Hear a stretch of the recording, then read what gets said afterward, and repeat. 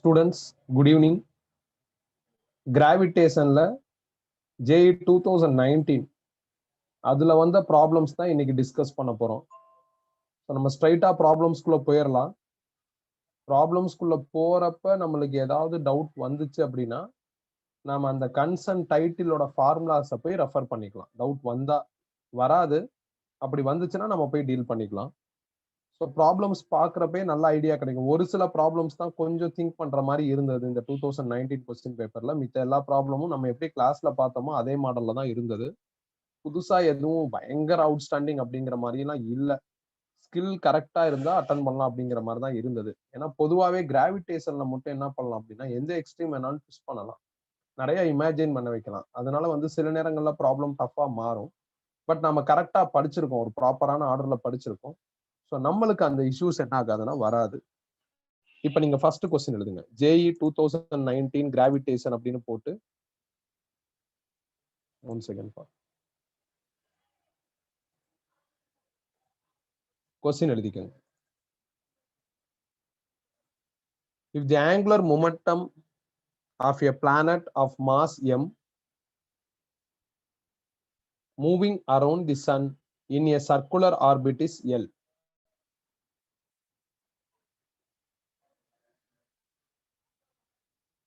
Moving around the sun in a circular orbit is L. About the center of the sun.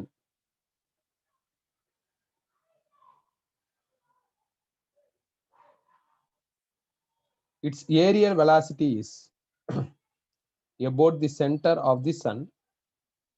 Its aerial velocity is option A 4L by m, option B L by 2m, option C 2L by m, option D L by m. Option D L by m. ஒரு planet சன்னை ரெஃபரன்ஸா வச்சுக்கிட்டு என்ன பண்ணுது அப்படின்னா சுத்துது. Sun சென்டர்ல இருக்கு, planet circular ஆர்பிட்ல சுத்துது. அதோட ஆங்குலர் மொமெண்டம் எல்லுன்னு சொல்லிட்டாங்க. என்ன கால்குலேட் பண்ண சொல்லியிருக்காங்க அப்படின்னா ஏரியல் வெலாசிட்டி கால்குலேட் பண்ண சொல்லியிருக்காங்க. ஏரியல் வெலாசிட்டினா என்ன அப்படின்னா DA by DT. வெலாசிட்டினாவே கீழே டைம் வரணும். ஏரியல் வெலாசிட்டி அப்படிங்கிறதுனால நான் என்ன பண்ணிருக்கேன் அப்படின்னா நியூமரேட்டர்ல ஏரியா போட்டிருக்கேன். அப்ப அவங்க கால்குலேட் பண்ண சொல்லி இருக்கிறது DA by DT. சன்னு ஒரு பிளானட் சுத்தி வருது. இந்த மாதிரி சன் பிளானட்லாம் சுத்தி வருதுன்னா அது சோலார் சிஸ்டம். சோலார் சிஸ்டம்னாவே கெப்லர்ஸ் லா தான். இதுல என்ன பண்ணிருக்காங்கன்னா இந்த areal velocity DA by DT calculate பண்ண சொல்லியிருக்காங்க. அது ஆல்ரெடி நம்ம கெப்லர் அப்ப கெப்லர் செகண்ட் லாவை ரெஃபர் பண்ணா நம்மளுக்கு என்ன ஆகுதுன்னா DA by DT is equal to L by 2m வருது. நேரா போய் அதோட ப்ரூஃப் பாருங்க. இப்ப நான் எடுத்து காமிக்கிறேன், கெப்லர் செகண்ட் லா உங்களுக்கு எடுத்து காமிக்கிறேன், அதை எக்ஸ்பிளைன் பண்றேன். ஸோ அதோட ப்ரூஃப் பார்த்தா அதோட ப்ரூஃபோட end ரிசல்ட்ல we are having DA by DT. DA by DT is also called as aerial velocity. Here we have to calculate aerial velocity which is already calculated in Kepler's law. அங்கிருந்து நான் அப்படியே தூக்கி result எழுதிட்டேன். அவ்வளவுதான், நான் புதுசா இங்க derive பண்ணல. அங்கிருந்து நான் ரிசல்ட் அப்படியே எழுதிட்டேன். இதை மார்க் பண்ணிக்கங்க. இந்த டாக்குமெண்ட்டை க்ளோஸ் பண்ணிட்டு நான் உங்களுக்கு கெப்லர்ஸ் லா எடுத்து ரிவைஸ் பண்ணி காமிக்கிறேன். நான் கெப்லர் செகண்ட் லா நடத்துறப்பே ஒரு அஷூரன்ஸ் கொடுத்திருந்தேன். இந்த மாதிரி இதுல ப்ராப்ளம் வர்றப்ப நான் உங்களுக்கு அதை யூஸ் பண்ணி காமிக்கிறேன்னு சொல்லியிருந்தேன். நான் இன்னொரு தடவை செகண்ட் லாவோட ப்ரூஃப் உங்களுக்கு என்ன பண்றேன்னா ரீவைண்ட் பண்றேன்.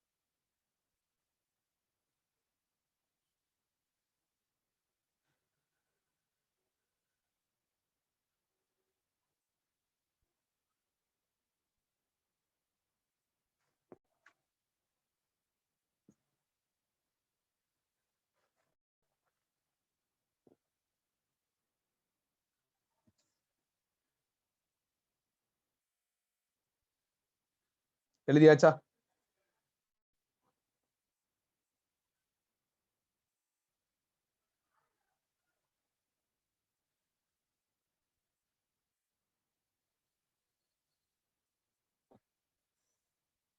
சரி, இப்ப நான் இந்த டாக்குமெண்ட்டை க்ளோஸ் பண்ணிட்டு கெப்லர் செகண்ட் லா எடுத்துக்கிறேன். கெப்லர் செகண்ட் லால ஒரு விஷயத்தை நம்ம என்ன பண்ணிருப்போம் அப்படின்னா ப்ரூஃப் பண்ணிருப்போம். என்ன அப்படின்னா, ஒரு பிளானட் எலிப்டிக்கல் ஆர் சர்க்குலர் ஆர்பிட்ல ரிவால்வ் ஆகுறப்ப ஒரு பர்டிகுலர் டைம்ல அது வித் ரெஸ்பெக்ட் டு சன்னோட கவர் பண்ற ஏரியா சேஞ்ச் ஆகாது. ஏரியா வந்து சேமா இருக்கும். ஏரியா கான்ஸ்டன்டா இருக்கும் அப்படின்ட்டு கெப்லர் செகண்ட் லால நம்ம என்ன பண்ணிருப்போம்னா, அந்த கான்செப்ட பார்த்திருப்போம். அந்த விஷயத்த என்ன பண்ணிருப்போம்னா டிஸ்கஸ் பண்ணிருப்போம். இப்ப நான் அத தான் உங்களுக்கு திருப்பி ரீடிஸ்கஸ் பண்ண போறேன். ஒரு சேஃப்டிக்கு தான், வேற எதுவும் கிடையாது. சோ கெப்லர் செகண்ட் லா பாருங்க. பிளானட் இங்க இருந்து இங்க வர்றதுக்கு ஒரு 5 மந்த்ஸ் ஆகுது. அதே பிளானட் இங்க இருந்து இங்க வர்றதுக்கு அதே 5 மந்த்ஸ் ஆகுது. அப்ப டைம் மாறல. ஒரு பர்டிகுலர் டைம்ல பிளானட் கவர் பண்ற area with respect to sun, planet sweep பண்ற area with respect to sun வந்து சேமா இருக்கும். இப்ப இந்த ஏரியா A1, இந்த ஏரியா A2னா A1 A2 ஈக்குவலா இருக்கும் அப்படின்னு கெப்லர் சொல்றாரு. இத நாம என்ன பண்ணிருக்கோம்னா ப்ரூவ் பண்ணிருக்கோம். எப்படி? அதே மாதிரி நான் சன்னை என்ன பண்ணிருக்கேன்னா மிடில் எடுத்திருக்கேன். Planet either elliptical or circular ஆர்பிட்ல ரிவால்வ் ஆகுது. அந்த பிளானட் இனிஷியலா ஏங்கிற பாயிண்ட்ல இருக்கு, ஃபைனலா பிங்கிற பாயிண்ட்டுக்கு போயிருக்கு. ஸோ இப்ப ஏக்கும் பிக்கும் அக்ராஸா with respect to sun sweep ஆகுற ஏரியா தான் இப்ப நான் காமிக்கிற ட்ரையாங்கிள். இதை நான் ரைட் ஆங்கிள் ட்ரையாங்கிளா அசியூம் பண்ணிக்கிறேன். அப்படி அசியூம் பண்ணிக்கலாமானா பண்ணிக்கலாம். அப்படி பண்ணணும்னா இந்த ஆங்கிள் ரொம்ப ஸ்மாலா இருக்கணும். இந்த ஆங்கிள் ஸ்மாலா இருந்ததுன்னா ஏ டு பி வந்து கர்வ்டு லைனா தெரியாது, ஸ்ட்ரெயிட் லைனா தெரியும்.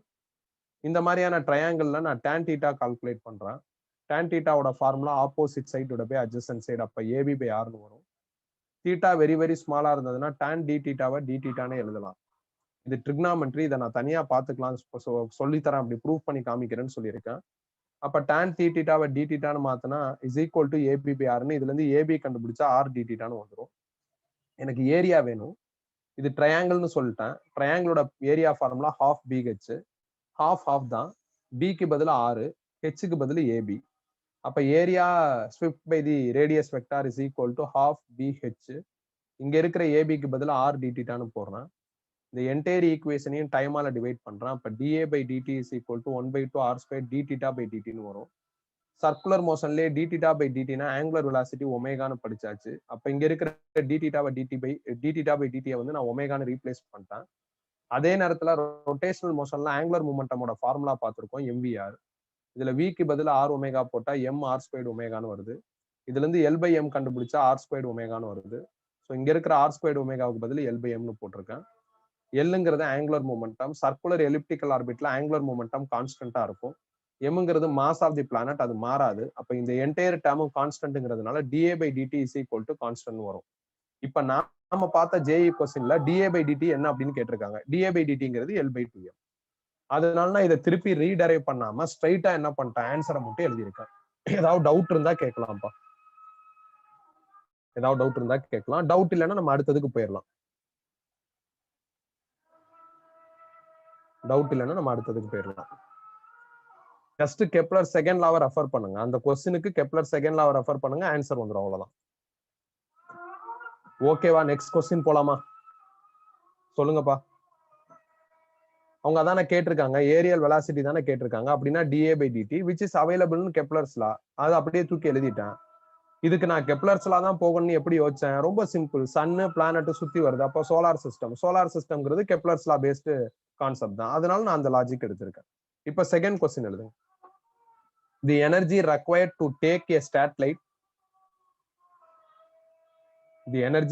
to take a satellite to a height h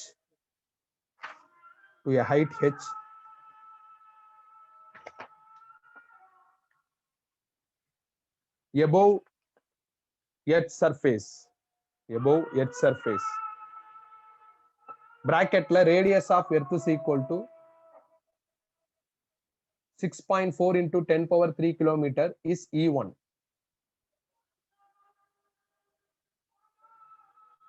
6.4 into 10 power 3 kilometer bracket close பண்ணிருங்க is E1. And kinetic energy required for the satellite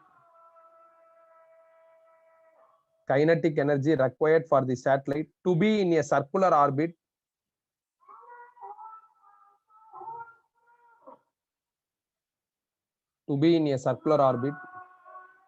at this height is E2. To be in a circular orbit at this height is E2. the value of H for which E1 and E2 are equal to. The value of H for which E1 and E2 are equal to.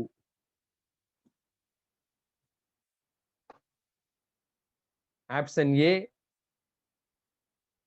3.2 into 10 power 3 kilometer.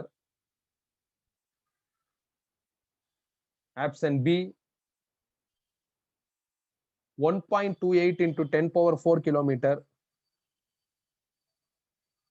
Option C, 1.6 into 10 power 3 kilometer. Option D, 6.4 into 10 power 3 kilometer.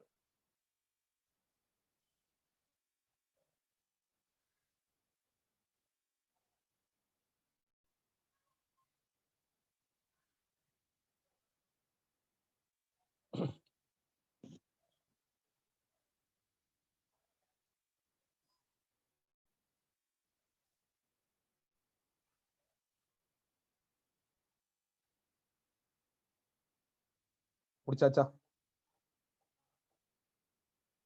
Question எழுதியாச்சா?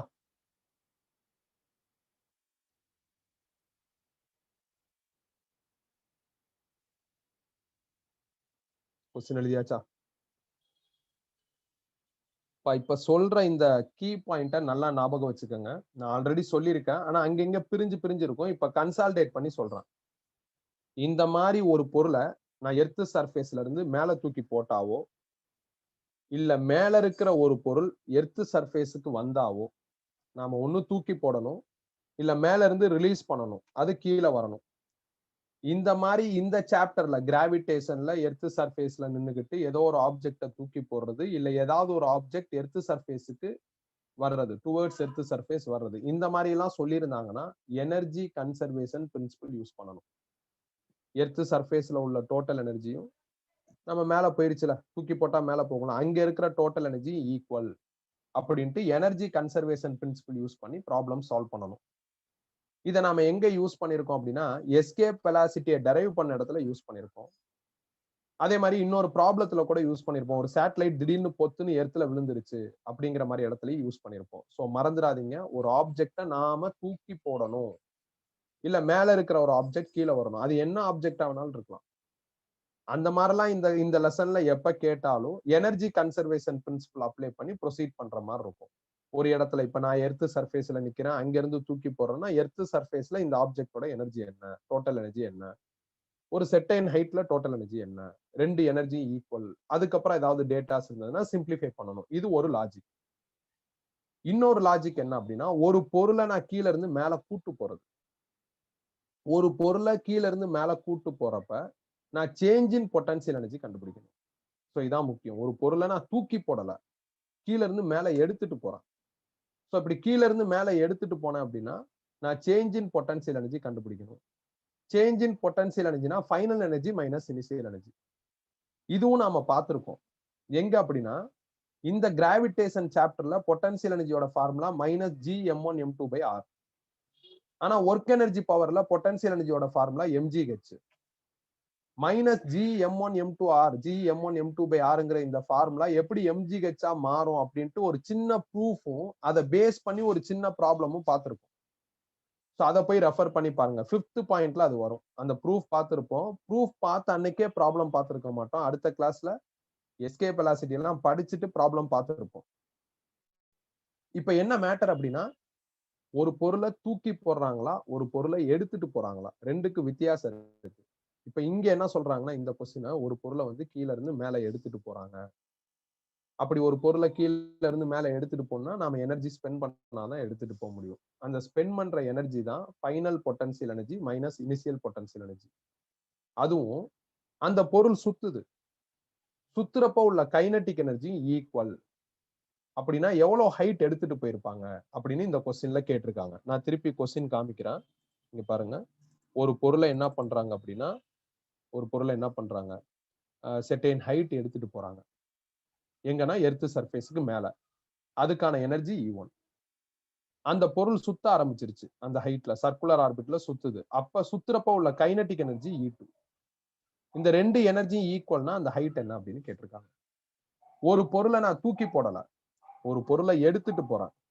அப்ப அதுக்கு எடுத்துட்டு போனா நம்ம energy spend பண்ணணும், அது E1 சொல்லியிருக்காங்க.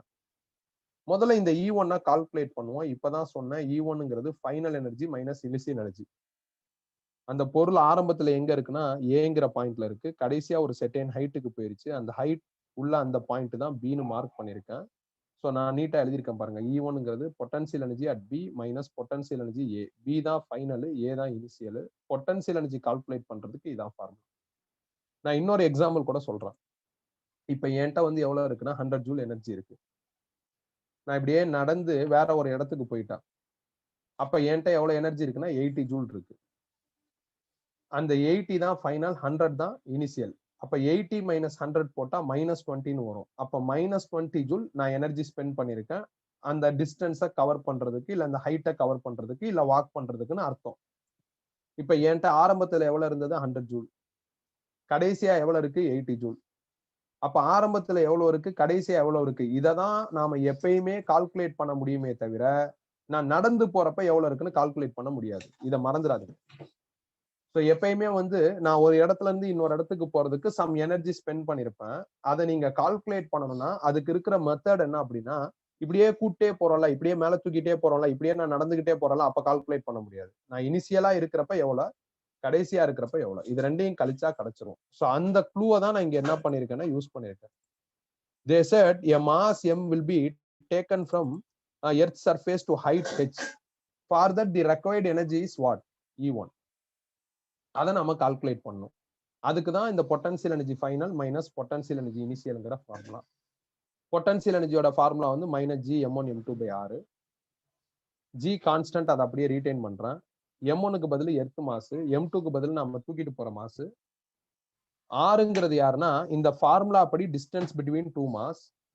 எர்த்தெல்லாம் பெரிய மாசு, பெரிய ரவுண்ட் மாஸுக்கு டிஸ்டன்ஸ் கண்டுபிடிக்கிறப்ப அதோட சென்டரை நம்ம ரெஃபரன்ஸா யூஸ் பண்ணிக்கிறோம்.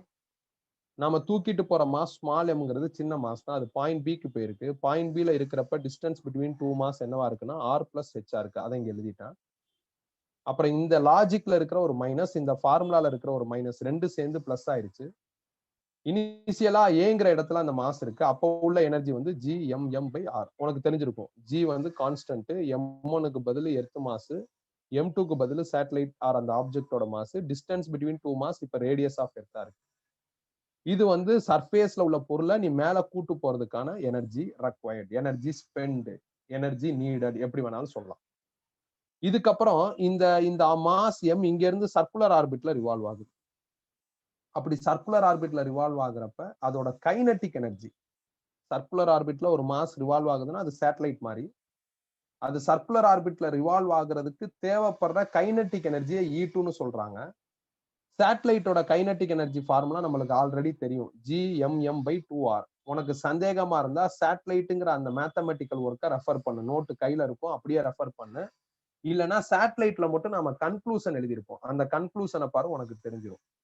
இது சேட்டலைட் சர்க்குலர் ஆர்பிட்ல ரிவால்வ் ஆகுறதுக்கான கைனட்டிக் எனர்ஜி ஃபார்முலா. இதுல G கான்ஸ்டன்ட், Mங்கிறது எர்த் மாஸ், ஸ்மால் எம்ங்கிறது சேட்டலைட் மாஸ், 2 into Rங்கிறது டிஸ்டன்ஸ் பிட்வீன் டூ மாஸ். இப்பதான் சொன்ன இந்த Rங்கிறது R plus H. இந்த கொஸ்டின்ல என்ன சொல்றாங்கன்னா, ஒரு பொருள் ஆர் ஒரு சேட்டலைட்டை நீ ஏல இருந்து பிக்கு எடுத்துட்டு போறதுக்கு எவ்வளவு எனர்ஜி ஸ்பெண்ட் பண்றியோ அதுவும், அதே பொருள் சுத்தி சேட்டலைட்டா இருக்கிறப்ப உள்ள கைனட்டிக் எனர்ஜியும் ஈக்குவலா இருந்ததுன்னா இந்த ஹைட் என்னவா இருக்கும் அப்படின்னு கேக்குறாங்க. அப்போ கொஸ்டின்ல இருக்கிற கண்டிஷன் படி E1ம் E2ம் ஈக்குவல். அதனால பாருங்க, நான் E1ஐயும் E2ஐயும் ஈக்குவேட் பண்ணிருக்கேன். E1க்கு பதில் minus GMM divide by R plus H plus GMM by R. E2க்கு பதில் GMM divide by 2R plus Hன்னு வந்துடும். 2 into R plus H. அதாவது இங்க நான் என்ன கண்டுபிடிச்சிருக்கனோ அதை அப்படியே ஈக்குவேட் பண்ணிருக்கேன். இப்ப இது எல்லாத்துலயுமே GMM காமனா இருக்கு, அதை கேன்சல் பண்ணிட்டேன்னா minus 1 by R plus H plus 1 by R is equal to 1 divided by 2 into R plus Hன்னு வந்துடும். இந்த மைனஸ் போர்ஷன் அப்படியே இங்கிட்டு கொண்டு வந்துட்டா பிளஸ் ஆயிரும். இது 1 by 2, இது 1. அப்ப ரெண்டையும் ஆட் பண்ணா 3 by 2 into R plus Hன்னு வரும். லெஃப்ட் சைட்ல இருக்கிற 1 by R அப்படியே வச்சிருக்கேன். இதை கிராஸ் மல்டிப்ளை பண்ணா 2R plus 2H is equal to 3Rன்னு வந்துடும். இதுல இருந்து 2H கண்டுபிடிச்சா Rன்னு வந்துடும். இதுல இருந்து H கண்டுபிடிச்சா R by 2ன்னு வருது. R ரேடியஸ் ஆஃப் எர்த் அதை கொடுத்துருக்காங்க, அதை 2ஆல டிவைட் பண்ணா ஆன்சர் வந்துடும். அவ்வளவுதான். இதுக்கப்புறம் எல்லாம் கால்குலேஷன் தான். E1ஐயும் E2ஐயும் ஈக்குவேட் பண்ணணும் அப்படிங்கிற வரையும் கொஸ்டின் பிசிக்ஸ். அதுக்கப்புறம் நம்ம கேன்சல் பண்றது, கிராஸ் மல்டிப்ளை பண்றது, சிம்பிளிஃபை பண்றதெல்லாம் மேத்தமெட்டிக்கல் ஒர்க் தான். அதெல்லாம் ஒரு சாதாரண விஷயம் தான். எழுதிக்கங்க. முதல்ல இதை எழுதி முடிங்க.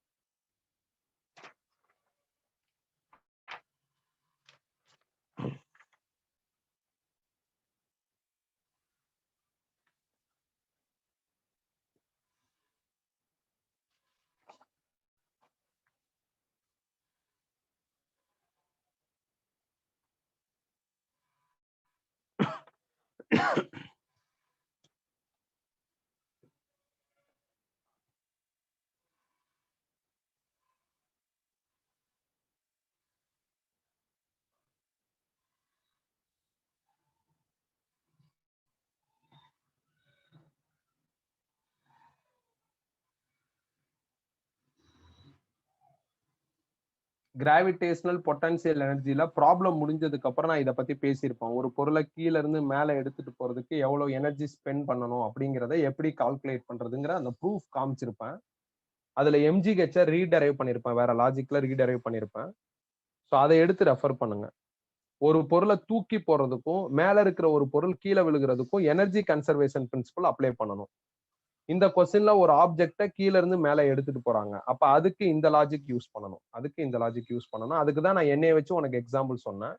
என்கிட்ட 100 ஜூல் எனர்ஜி இருக்கு. நான் கொஞ்சம் தூரம் நடந்து போகணும். நடந்து போய் நான் நின்னதுக்கு அப்புறம் எனர்ஜி செக் பண்ணா 80 ஜூலா இருக்கு. அப்ப நான் 20 ஜூல் ஸ்பெண்ட் பண்ணிருக்கேன். நான் நடந்துகிட்டே இருக்கிறப்ப கால்குலேட் பண்ண முடியாது. அப்ப கடைசியா நான் எங்க இருக்கேன்னா பி. அப்ப என்ன எனர்ஜி? இனிஷியலா எங்க இருக்கேன்னா ஏ. அப்ப என்ன எனர்ஜி? இது ரெண்டையும் கழிச்சா ஐ கெட் இட் தட். அவ்வளவுதான்.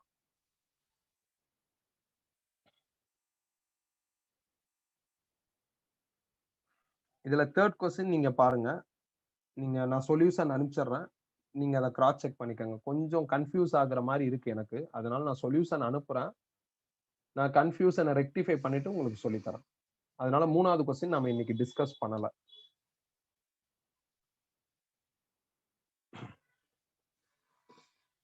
இது எழுதியாச்சா? இது எழுதியாச்சுன்னா இதை எழுதுங்க. இதுலதான் கால்குலேஷன் வரும்.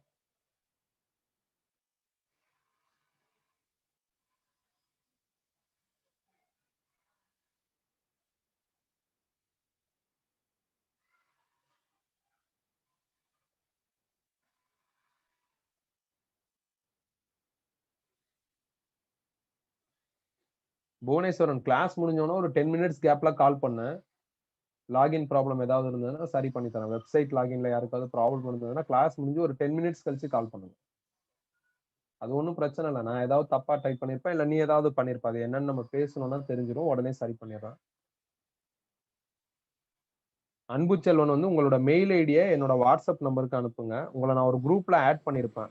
அந்த இன்டிமேஷன் உங்களுக்கு வந்திருக்கும். அதுதான் வாட்ஸ்அப் நம்பர். அதுக்கு வந்து அனுப்புங்க. என் வாட்ஸ்அப் நம்பருக்கு அனுப்புங்க. நீங்க கெமிஸ்ட்ரி சாருக்கு அனுப்பிட்டு இருப்பீங்க. ஸோ எனக்கு அனுப்பிச்சிருங்க.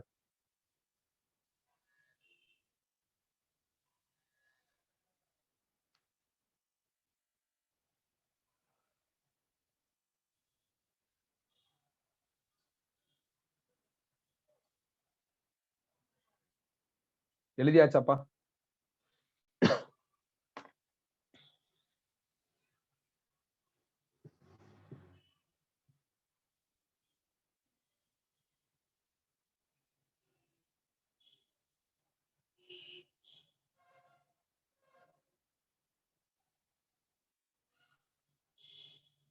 நெக்ஸ்ட் போலாமா?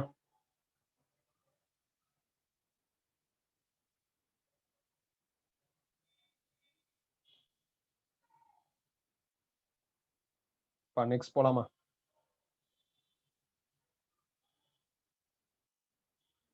முடிச்சாச்சா?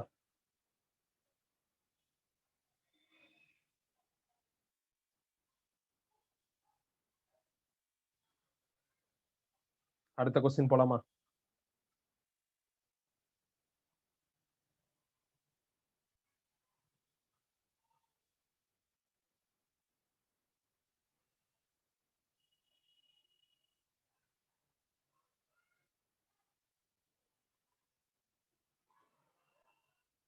அடுத்த கொஸ்டின் எழுதுங்க.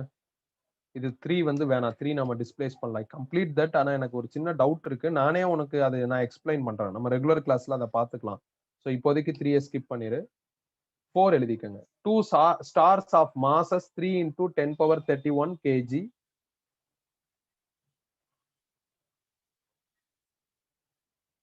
Two stars of masses 3 into 10 power 31 kg each, and at distance 2 into 10 power 11 meter, rotate in a plane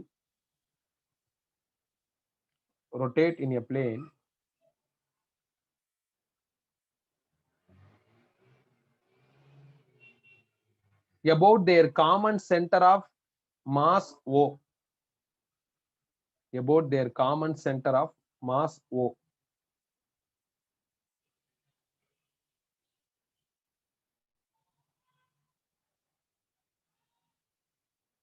A meteorite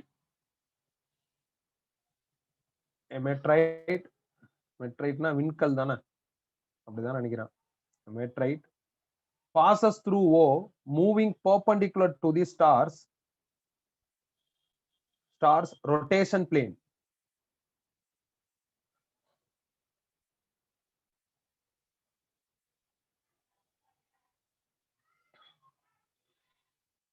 Moving perpendicular to O, rotation plane. Moving perpendicular to the star's rotation plane. In order to escape from the gravitational field of this double star,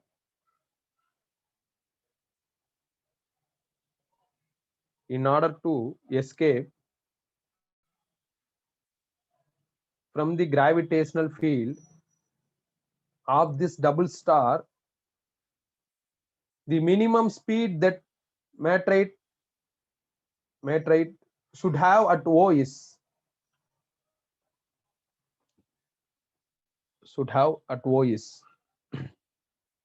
bracket la capital G is equal to 6.67 into 10 power minus 11 Newton meter squared kg power minus 2.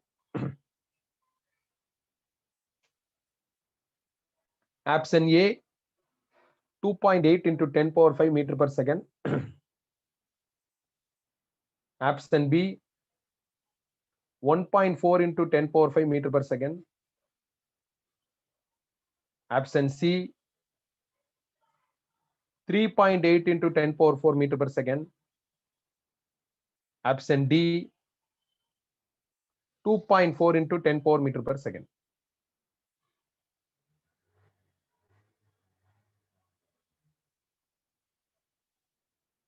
Start பண்ணலாமா?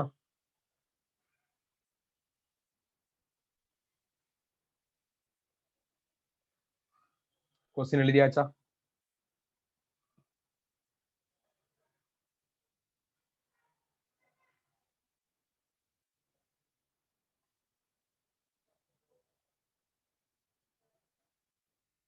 Start பண்ணலாமா? Question எழுதியாச்சா?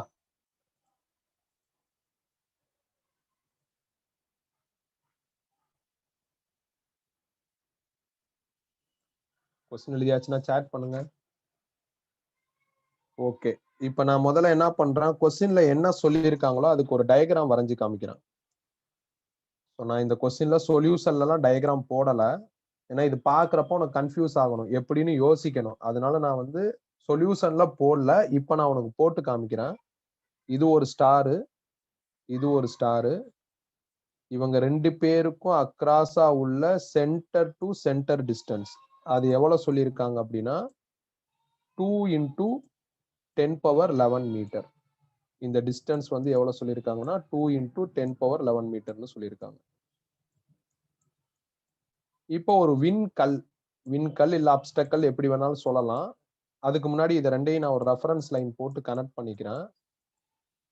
இது வந்து mid point ஓ.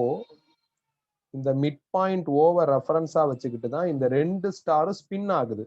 அதுவும் இங்க சொல்லியிருக்காங்க, rotation அப்படின்னு சொல்லியிருக்காங்க. Stars rotate ஆகுதுன்னு சொல்றாங்க. அதாவது என்னன்னா, இப்ப இப்படி இமேஜின் பண்ணுவோமே, இந்த பேனாவோட இந்த எண்ட்ல ஒரு ஸ்டார் இருக்கு, இந்த எண்ட்ல ஒரு ஸ்டார் இருக்கு. இந்த ஸ்டாருக்கும் அந்த ஸ்டாருக்கும் நடுவுல இருக்கிற இந்த டிஸ்டன்ஸ் தான் 2 into 10 power 11 மீட்டர். கரெக்டா எக்ஸாக்டா அந்த டிஸ்டன்ஸோட மிட் பாயிண்ட்ல ஒரு ரெஃபரன்ஸ் லைன் போடுங்க. இப்படி சுத்துது. ஒரு டம்பல் இப்படி சுத்துனா எப்படி இருக்கும், அந்த மாதிரி சுத்திக்கிட்டு இருக்கு அப்படிங்கிறாங்க. இப்படி சுத்திக்கிட்டு இருக்கிற இந்த 2 ஸ்டாரோட ஸ்ட்ரக்சர்ல ஒரு அப்டக்கல் வந்துருச்சு, ஒரு மேட்ரைட் வந்துருச்சு. அந்த மேட்ரைட் வந்து கீழ இருந்து இப்படியே மேல வருது. ஓங்கிற பாயிண்ட்ல அந்த மேட்ரைட் சப்போஸ் நின்றுச்சுன்னு வச்சுக்கோங்களேன், ஸ்டாப் ஆயிடுச்சுன்னு வச்சுக்கோங்களேன், இல்ல ஸ்லோவா வருதுன்னு வச்சுக்கோங்களேன், ஒண்ணு இந்த ஸ்டார்னாலயோ இல்ல இந்த ஸ்டார்னாலயோ அட்ராக்ட் ஆயிடும். இந்த 2 ஸ்டார்னாலயும் அட்ராக்ட் ஆகாம, இந்த 2 ஸ்டார்லயும் போய் பொத்துன்னு விழுகாம, இந்த 2 ஸ்டாரோட அந்த கிராவிடேஷனல் ஃபீல்ட்ல இருந்து இந்த அப்டக்கல் எஸ்கேப் ஆகி வெளிய போணும். அப்படின்னா அது என்ன ஸ்பீட்ல கிராஸ் பண்ணணும்? பாயிண்ட் ஓல அதோட ஸ்பீட் என்னவா இருக்கணும்? அப்படின்னு கேட்டிருக்காங்க. அதாவது இப்ப போகுதுல, போறப்ப இந்த இடத்துல அதோட ஸ்பீட் என்னவா இருக்கணும்? We suffix E.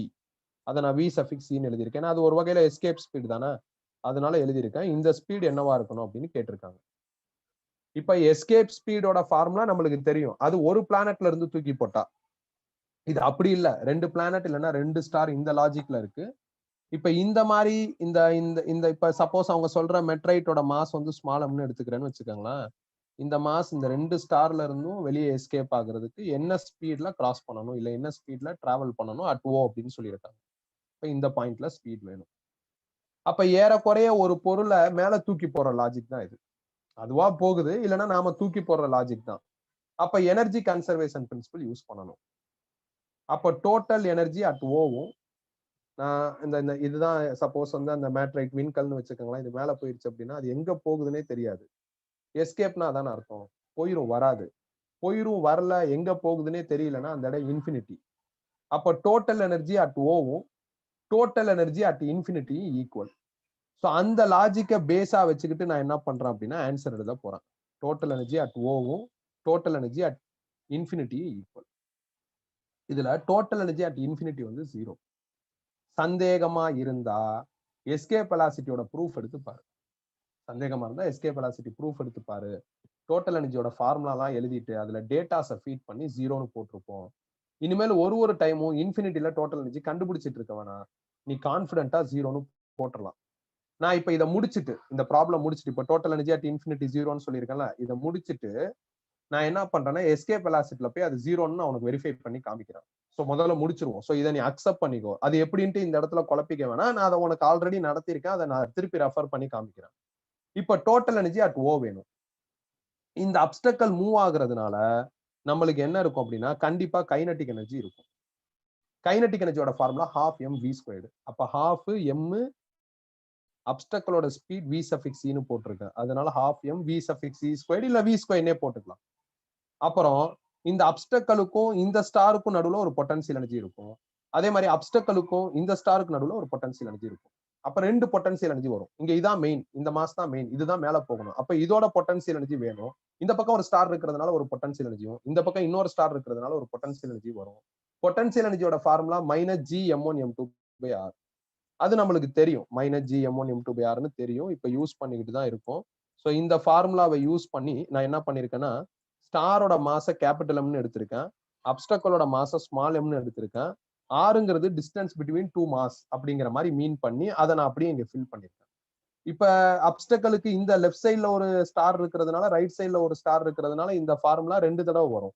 கரெக்ட் தானே? அதுதான் இப்ப நான் உனக்கு சொல்லிக்கிட்டு இருக்கேன். பாருங்க, இந்த ஃபர்ஸ்ட் ஸ்டாருக்கும் இந்த மாசுக்கும் ஒரு பொட்டன்சியல் எனர்ஜி, ரெண்டாவது ஸ்டாருக்கும் மாசுக்கும் ஒரு பொட்டன்சியல் எனர்ஜி. -gm1m2/r. ஆறுங்கிறது டிஸ்டன்ஸ் பிட்வீன் 2 மாஸ். நம்மளுக்கு டோட்டல் டிஸ்டன்ஸ் இருக்கு 2 × 10⁻11. அப்ப அதுல பாதி வந்து 1 × 10⁻11. அப்ப இங்க இருக்கிற ஆறுங்கிறது 1 × 10⁻11. அவ்வளவுதான், முடிஞ்சிருச்சு. சோ அப்ப டோட்டல் எனர்ஜி அட் ஓ கண்டுபிடிச்சிட்டேன். Total energy at infinity 0. இது ரெண்டையும் ஈக்குவேட் பண்ணணும். இதுல ½ mv² இங்கிட்டு வச்சுக்கிறேன். இது அப்படியே அந்த பக்கம் கொண்டு போயிட்டா பிளஸ் ஆயிரும். ஆல்ரெடி இது 2 தடவை இருக்கு. அதனால -2gmm/r அப்படின்னு வந்து.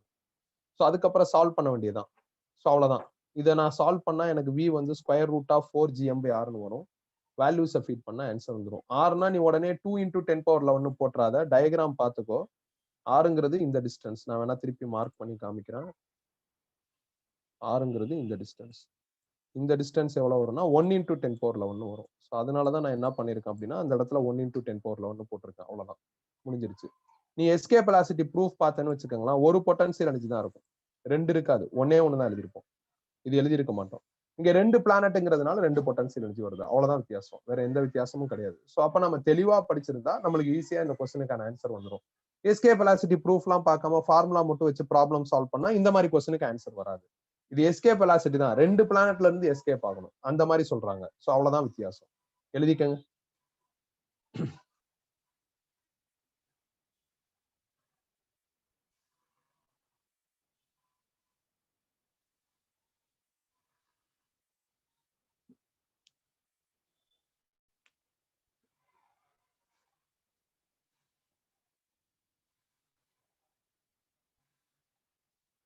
இதுல கேபிட்டல் எம்ங்கிறது அந்த ஸ்டாரோட மாஸ், அது கொடுத்திருக்காங்க கொஸ்டின்லயே.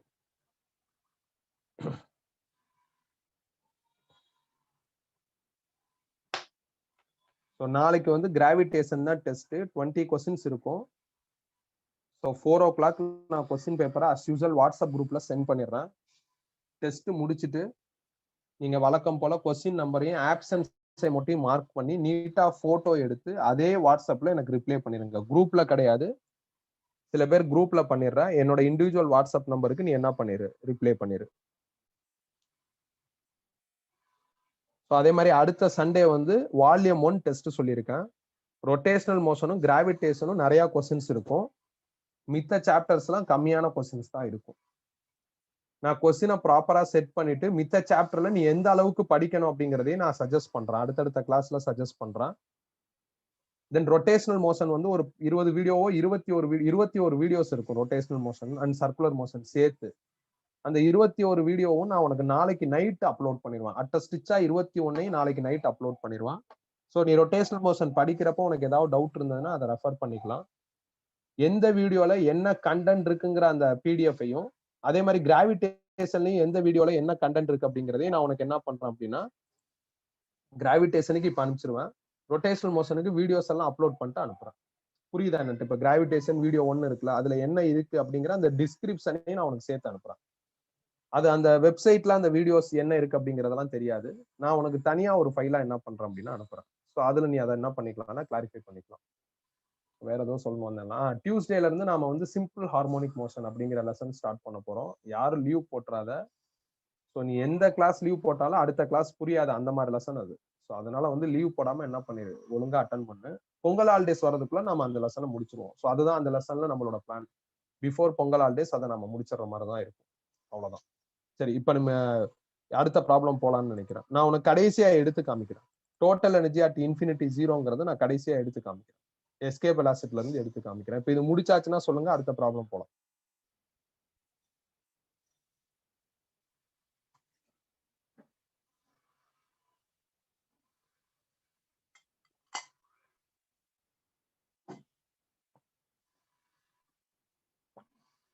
ஓகே, அடுத்த ப்ராப்ளம் எழுதுங்க. A satellite is revolving in a circular orbit at a height h from the Earth's surface. From the Earth's surface, such that h very very less than r. Such that h very very less than r, where r is the radius of the Earth. Where r is the radius of the Earth.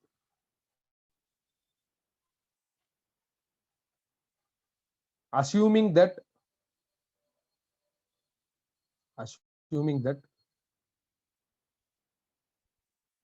the effect of Earth's atmosphere can be neglected.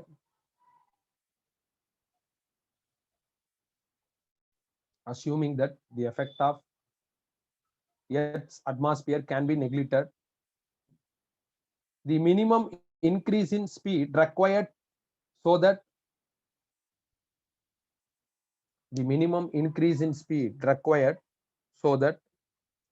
the satellite would escape from the gravitational field of Earth is. The minimum increase in the speed required so that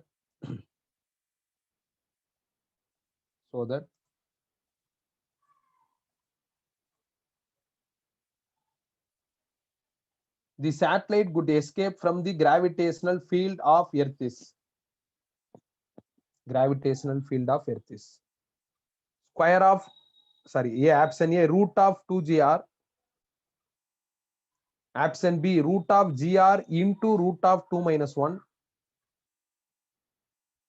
root of gr into root 2, அதுக்கப்புறம் minus 1 தனியா வரும். minus 1 ரூட்லயே வராது, minus 1 தனியா வரும். root 2 minus 1. Option C, square root of gr by 2. Option D, root of gr.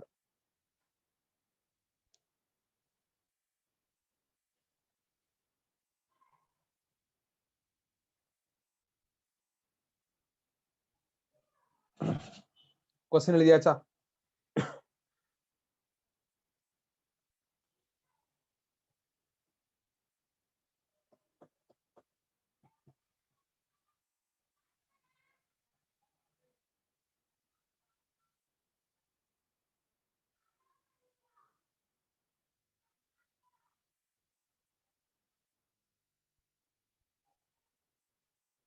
Question எழுதியாச்சா? Start பண்ணலாமா?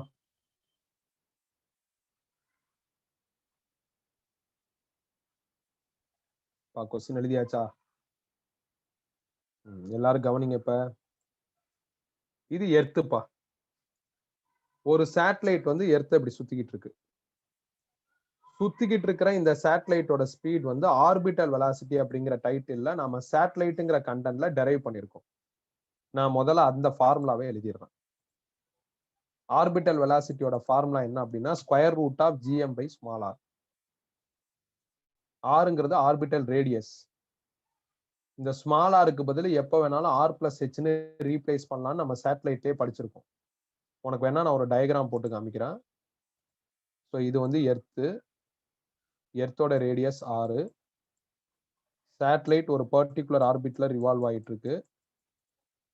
இந்த ஆர்பிட்டோட radius வந்து ஸ்மால் ஆர். அந்த ஆர்பிட்டுக்கும் எர்த் சர்ஃபேஸுக்கும் நடுவில் இருக்கிற கேப் தான் அந்த ஹைட் ஹெச். அதனால ஸ்மால் ஆரை நீங்க ஆர் பிளஸ் ஹெச்னு ரீப்ளேஸ் பண்ணிக்கலாம். இது சேட்டலைட்லயே படிச்சாச்சு. அதே மாதிரி ஜிஎம்னா ஜிஆர் ஸ்கொயர்னு எழுதிக்கலாம். அது வந்து செகண்ட் பாயிண்ட்லயே படிச்சிட்டோம். ஆக்சிலரேஷன் டியூ டு கிராவிட்டி அப்படிங்கிற இடத்துல நாம இதை படிச்சாச்சு. ஜிஎம்க்கு பதில் GR square, G is equal to GM by R square வரும். அதுல இருந்து இதை ரீப்ளேஸ் பண்ணிருக்கேன். ஆக்சுவலா ஸ்மால் ஆருக்கு பதில் ஆர் பிளஸ் ஹெச் தான். ஆனா உங்க கொஸ்டின்ல ஒரு கண்டிஷன் சொல்லியிருக்காங்க. என்ன அப்படின்னா ஹைட் ரொம்ப ரொம்ப சின்னதுங்கிறாங்க. Radius of earth 6400 kilometre, 6376 kilometre என்னமோ வரும். அதை கம்பேர் பண்றப்ப இந்த ஹைட் ரொம்ப சின்னதா இருந்தா இதை நம்ம நெக்லெக்ட் பண்ணிக்கலாம். அதனாலதான் நான் இப்படி எழுதியிருக்கேன், R plus H approximately R அப்படின்ட்டு. அதை இங்க அப்படியே ஃபீட் பண்ணிட்டான். ஆருக்கு பதில் கேபிட்டல் ஆர் இங்க ஃபீட் பண்ணிட்டேன். ஜிஎம்க்கு பதில் ஜிஆர் ஸ்கொயர்டு. இந்த ஆர் கேன்சல் ஆச்சுன்னா இந்த ஸ்பீட் எனக்கு வருது. இது யாரோட ஸ்பீட் அப்படின்னா சேட்டலைட்டோட ஸ்பீட். சேட்டலைட் இந்த ஸ்பீட்ல இப்ப சுத்திக்கிட்டு இருக்கு ஒரு பர்டிகுலர் ஆர்பிட்ல. இப்ப திருப்பி போவோம். இப்ப இப்படி சுத்திட்டு இருக்கிற சேட்டலைட் இங்க வருது.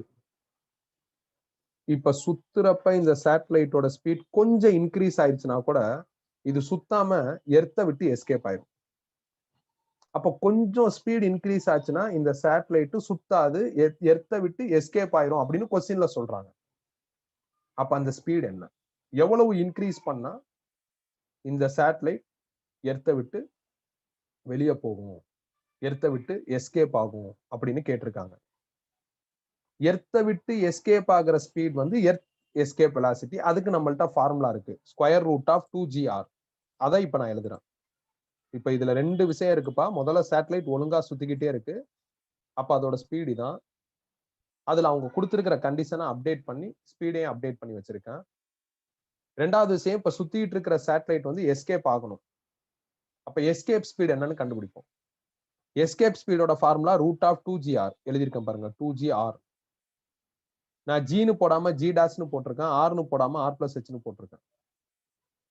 ஏன்னா இப்ப வந்து நான் ஒரு ஆப்ஜெக்ட எர்த்துல இருந்து தூக்கி போட்டு எர்த்தை விட்டு எஸ்கேப் ஆகுது அப்படின்னா அப்ப ரூட் ஆஃப் 2gr எழுதிக்கலாம்.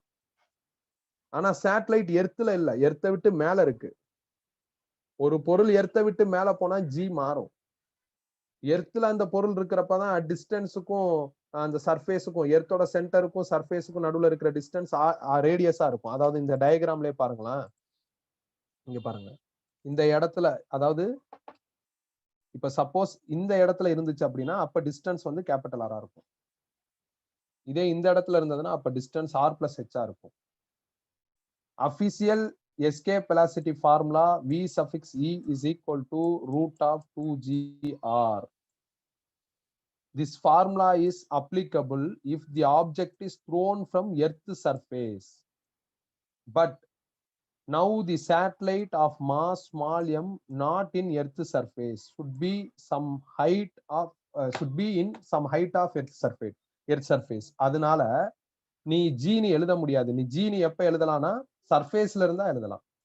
நீ ஆர் நீ எப்ப எழுதலாம்னா சர்ஃபேஸ்ல இருந்தா எழுதலாம். சேட்டலைட் சர்ஃபேஸ்ல இல்லாததுனால ஜி வேல்யூ மாறும், ஆர் வேல்யூ மாறும். ஜியை ஜி டேஷ்னு எழுதிட்டேன். சர்ஃபேஸ்ல இருந்தா அப்ப ரேடியஸ் வரும். சர்ஃபேஸை விட்டு வெளியே இருக்கிறப்ப அப்ப நம்மளுக்கு ஆர் பிளஸ் ஹெச்னு வந்துடும். அதனாலதான் எஸ்கேப் வெலாசிட்டியோட ஃபார்முலா வந்து square root of 2G dash into R plus ஹெச்னு எழுதியிருக்கேன். அவ்வளவுதான். இவங்க சொல்லியிருக்கிற கண்டிஷன் படி R plus H approximately equal to R. அதை இங்க ஃபீட் பண்ணிட்டான். எப்ப வந்து ஆர் பிளஸ் ஹெச்சுக்கு ஆர் போட்டியோ, எப்ப வந்து இந்த ஹைட் நெக்லிஜிபிள் நீ சொல்லிட்டியோ, அப்ப சேட்டலைட் வந்து ஏதோ ரொம்ப தூரத்துல இல்ல, எர்த்துக்கு பக்கத்துல தான் இருக்கு. எர்த்துக்கு பக்கத்துல இருக்கிறப்ப ஜி பெருசா மாறாது. அதனால ஜி டேஷ நம்ம ஜின்னு எழுதிட்டோம். சோ இதுதான் இங்க நடந்திருக்கு. நான் ஸ்ட்ரைட்டா இந்த ஃபார்முலா எழுதுனா அது மீனிங்லெஸ். இதுதான் கரெக்ட். ஆனா இவங்க சொல்லி இருக்கிற கண்டிஷன் படி இதுக்கு பதில் நான் ஆர் ரீப்ளேஸ் பண்றேன். இவங்க சொல்லி இருக்கிற கண்டிஷன் படி நான் ஹெச்ச நெக்லிட் பண்றேன். ஹெச்ச நெக்லிட் பண்றேன்னா என்ன அர்த்தம்? சேட்டலைட் எர்த்த ஒட்டி இருக்குன்னு அர்த்தம். எர்த்த ஒட்டி ஒரு 10 கிலோமீட்டர்லயே 20 கிலோமீட்டர்லயே சேட்டலைட் சுத்துறப்ப ஜியோட வேல்யூ மாறாது. எர்த்துல இருந்து ரொம்ப தூரம் போனாதான் ஜி மாறும். எர்த் சர்ஃபேஸ்ல ஜி 9.8, எர்த்தை விட்டு மேல போக போக ஜி குறையும், எர்த்துல இருந்து உள்ள போக போக ஜி குறையும். அப்படிங்கறதெல்லாம் செகண்ட் பாயிண்ட்ல நம்ம எலாபரேட்டா படிச்சிருக்கோம். செகண்ட் பாயிண்ட்டுக்கும் கன்க்ளூஷன் இருக்கும். ஆனா இவங்க சொல்ற இந்த சேட்டலைட் எர்த்த ஒட்டி டிராவல் ஆகுறதுனால அந்த ஹைட்டை நெக்லிட் பண்ணிக்கலாம்னு கொஸ்டின்லயே ஹிண்ட் கொடுத்துருக்கிறதுனால, ஹைட் நெக்லிட்டடா இருக்கிறதுனால நான் என்ன பண்றேன்னா ஜிக்கு பதில் அதே ஜி டேஸுக்கு பதில் ஜீனே மாத்திட்டேன். நான் இன்னும் உங்களுக்கு தெளிவா சொல்றேன். இன்னும் ஒரு படி மேல போய் தெளிவா சொல்றேன். எப்படின்னா, செர்டைன் ஹைட்ல ஜியோட ஃபார்முலா என்ன? GM divided by R plus H whole square. இப்ப ஹெச் நெக்லிட்டட்னா என்ன வரும்? ஜிஎம் பை ஆர் ஸ்கொயர்னு வரும். கிராஸ் மல்டிப்ளை பண்ணா என்ன ஆகும்? GM is equal to GR ஸ்கொயர்னு வரும். அப்ப அதுதானே இங்க எழுதியிருக்கோம். GM is equal to GR square தானே இந்த சைட்ல எழுதியிருக்கோம். ஜிஎம்க்கு பதில் ஜிஆர் ஸ்கொயர் ரீப்ளேஸ் பண்ணிக்கலாம்னு சொல்லியிருக்கேன்.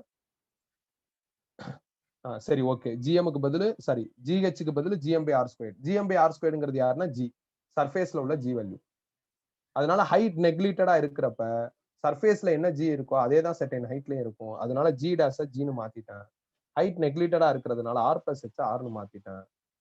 இந்த ஸ்பீட்ல சேட்டலைட் சுத்துனுச்சுன்னா சேட்டலைட் அந்த ஆர்பிட்ல இருந்து எஸ்கேப் ஆயிரும். இந்த ஸ்பீட்ல சேட்டலைட் சுத்துனுச்சுன்னா சேட்டலைட் அதே ஸ்பீட்ல சுத்திக்கிட்டு இருக்கும். அதாவது அதே ஆர்பிட்ல சுத்திக்கிட்டு இருக்கும். இப்ப இது 100ன்னு வச்சுக்குவோம், இது 110ன்னு வச்சுக்குவோம். ஆல்ரெடி 100ங்கிற ஸ்பீட்ல சுத்துற சேட்டலைட் 110ல சுத்த ஆரம்பிச்சுச்சுன்னா அதுக்கப்புறம் அது எர்த்ல இருக்காது, எஸ்கேப் ஆயிரும். அப்ப எவ்வளவு இன்க்ரீஸ் பண்ணணும்? 10 இன்க்ரீஸ் பண்ணணும். அதை எப்படி எழுதலாம்? இதுல இருந்து இதை கழிச்சு எழுதலாம். அதனால இதுல இருந்து இதை கழிச்சா இன்க்ரீஸ் இன் ஸ்பீட் கிடைச்சிரும். அதான் root of 2GR minus root of GR. கழிச்சு எழுதுனா எனக்கு இந்த ஆன்சர் வருது. GR காமனா எடுத்துட்டா இதுல √2 மிச்சம் இருக்கும், இதுல -1 மிச்சம் இருக்கும். இதுதான் increase in speed required so that orbital satellite should escape from earth. இதான் இந்த கொஸ்டினுக்கான ஆன்சர். அவ்வளவுதான். நான் கொஞ்சம் நிதானமா நிறைய பாயிண்ட்ஸோட சொல்றேன்ப்பா. நான் பாட்டு சும்மா எஸ்கேப் ஸ்பீடுக்கு இதான் ஃபார்முலா அப்படின்னு சொல்லிட்டு போனாலும் உனக்கு அக்செப்டபிளா இருக்கும். பட் அது நியாயம் கிடையாது. நாம எங்க இருந்து பொருளை தூக்கி போடுறோம்? எங்கேயோ ஒரு ஹைட்ல இருந்து தூக்கி போறதுக்கும் சர்ஃபேஸ்ல இருந்து தூக்கி போறதுக்கும் வித்தியாசம் இருக்கு. அதனால அந்த வித்தியாசத்தை எழுதிட்டு அதுக்கப்புறம் மாடிஃபை பண்ணிருக்கேன். இது எப்படி பண்ண அதை நான் உனக்கு எக்ஸ்பிளைன் பண்ணிருக்கேன், மறந்துடாத. அவ்வளவுதான். எழுதிக்கங்க.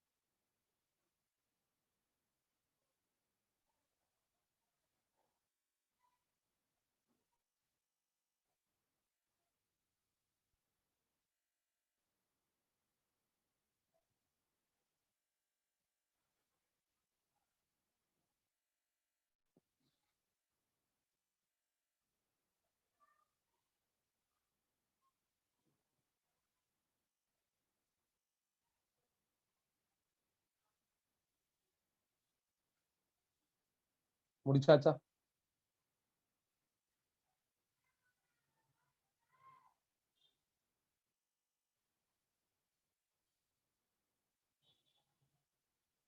இந்த ப்ராப்ளமும் உனக்கு இந்த டாக்குமெண்ட்டும் நான் இப்ப கிளாஸ் முடிச்சோன்னா அனுப்பிச்சு விட்டுறேன். இன்னைக்கு நைட்டுக்குள்ள அனுப்பிச்சு விட்டுருவேன்.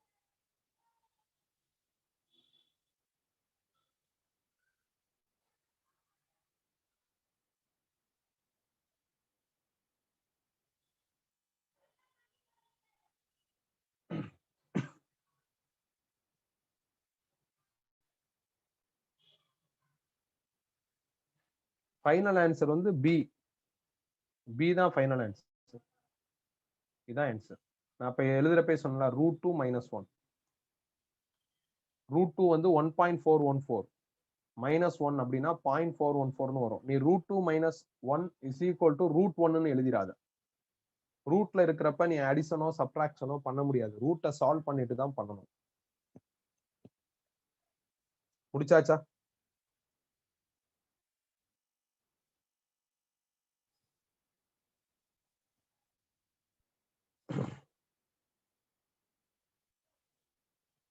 முடிச்சாச்சா? கம்ப்ளீட்டட். அப்ப அடுத்த கொஸ்டின் போலாமா? நெக்ஸ்ட் கொஸ்டின் போலாமா?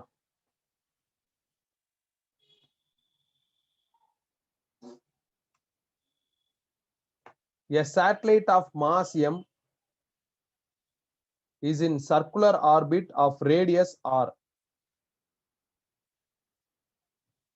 A satellite of mass capital M is in a circular orbit of radius r about the center of the earth.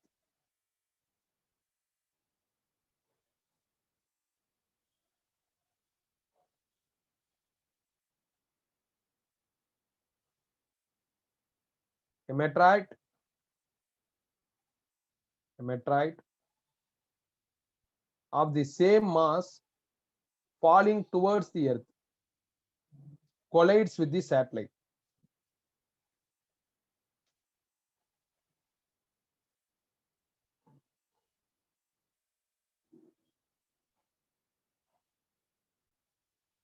A meteorite of the same mass falling towards the earth collides with the satellite. Completely inelastically. Inelasticallyங்கிறத underline பண்ணிருங்க. Inelastically.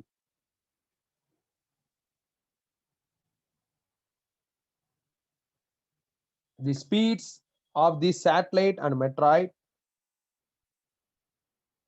the speeds of the satellite and meteorite are the same just before the collision.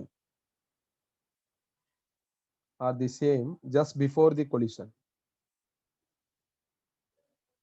The subsequent motion of the combined body will be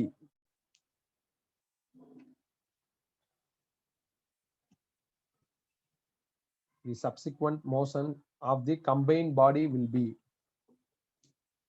option A. Option A. In elliptical orbit. In an elliptical orbit. Option B. In the same circular orbit of radius capital R. In the same circular orbit of radius capital R.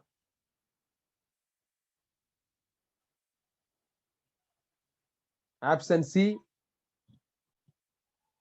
In a circular orbit of different radius. In a circular orbit of different radius. Option D. Such that it escapes to infinity.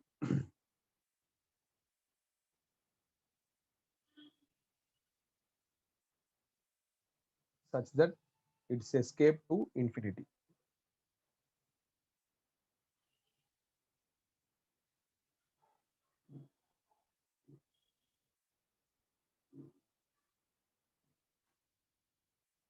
Question எழுதியாச்சா?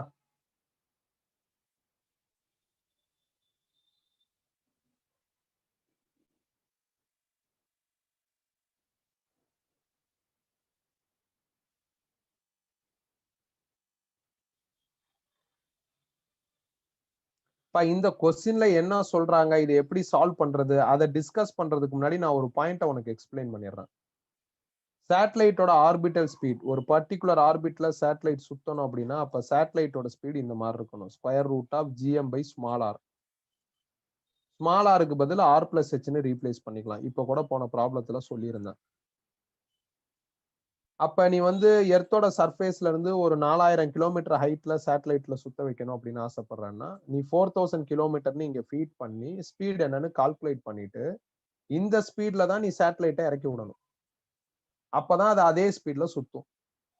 So இதுதான் முக்கியமான point. அதை தான் orbital வெலாசிட்டின்னு சொல்றோம். அப்ப நீ என்ன ஸ்பீட்னு தியரிட்டிக்கலா இந்த formula இப்ப காமிச்ச ஃபார்முலா வச்சு கால்குலேட் பண்ணிட்டு, இப்ப இதான் சேட்டலைட்னா இதை ஒரு ராக்கெட்ல அட்டாச் பண்ணி என்ன ஹைட்ல இந்த சேட்டலைட் நீ சுத்தணும்னு ஆசைப்பட்டியோ அந்த ஹைட்டுக்கு நீ என்ன பண்ணிடணும், ராக்கெட்டோட இந்த சேட்டலைட்டை கூட்டி போயிட்டு ராக்கெட்ல இருந்து இந்த சேட்டலைட்டை தள்ளி விடணும். தள்ளி விடுறப்ப நம்ம அந்த தியரிட்டிக்கலா கால்குலேட் பண்ண அந்த ஸ்பீட்ல தள்ளி விடணும். தள்ளி விட்டா இப்ப இதுதான் எர்த்துனா அது பாட்டு சுத்திக்கிட்டே இருக்கும். இதான் லாஜிக். இது நான் சேட்டலைட் நடத்துறப்பே உனக்கு சொன்னேன். நீ இந்த தியரிட்டிக்கல் ஸ்பீடும் அங்க எஜெக்ட் பண்ற ஸ்பீடும் ஈவனா இருக்கிற மாதிரி பாத்துக்கிறணும். சப்போஸ் நீ அந்த ஹைட்ல தியரிட்டிக்கலா உனக்கு வந்த ஸ்பீடோட ஓவர் ஸ்பீட்ல தள்ளி விட்ட அப்படின்னா எலிப்டிக்கல் ஆர்பிட்ல சுத்த ஆரம்பிச்சிடும். அது டேஞ்சர். நீ ஒரு பர்டிகுலர் ஆர்பிட் பிளான் பண்ணி அதே ஸ்பீட்ல பண்ணாம ஹையர் ஸ்பீட்ல இறக்கி விட்டனா அது வேற ஆர்பிட் ஆர் எலிப்டிக்கல் ஆர்பிட்ல சுத்துனுச்சுன்னா வேற ஏதாவது ஒரு சேட்டலைட் மேலேயோ இல்ல வேற ஏதாவது அப்டக்கல் மேலேயோ கொலைட் ஆகுறதுக்கு சான்ஸ் இருக்கு ரியல் டைம்ல. சப்போஸ் நீ கம்மி ஸ்பீட்ல டிராப் பண்ணிட்டனா, அந்த ஹைட்டுக்கு போயிட்டு நீ கம்மி ஸ்பீட்ல டிராப் பண்ணிட்டனா பொத்துன்னு கீழே விழுகும். அதுக்கு வந்து சான்சஸ் ஜாஸ்தி, ஃபால் டவுன் ஆயிரும்.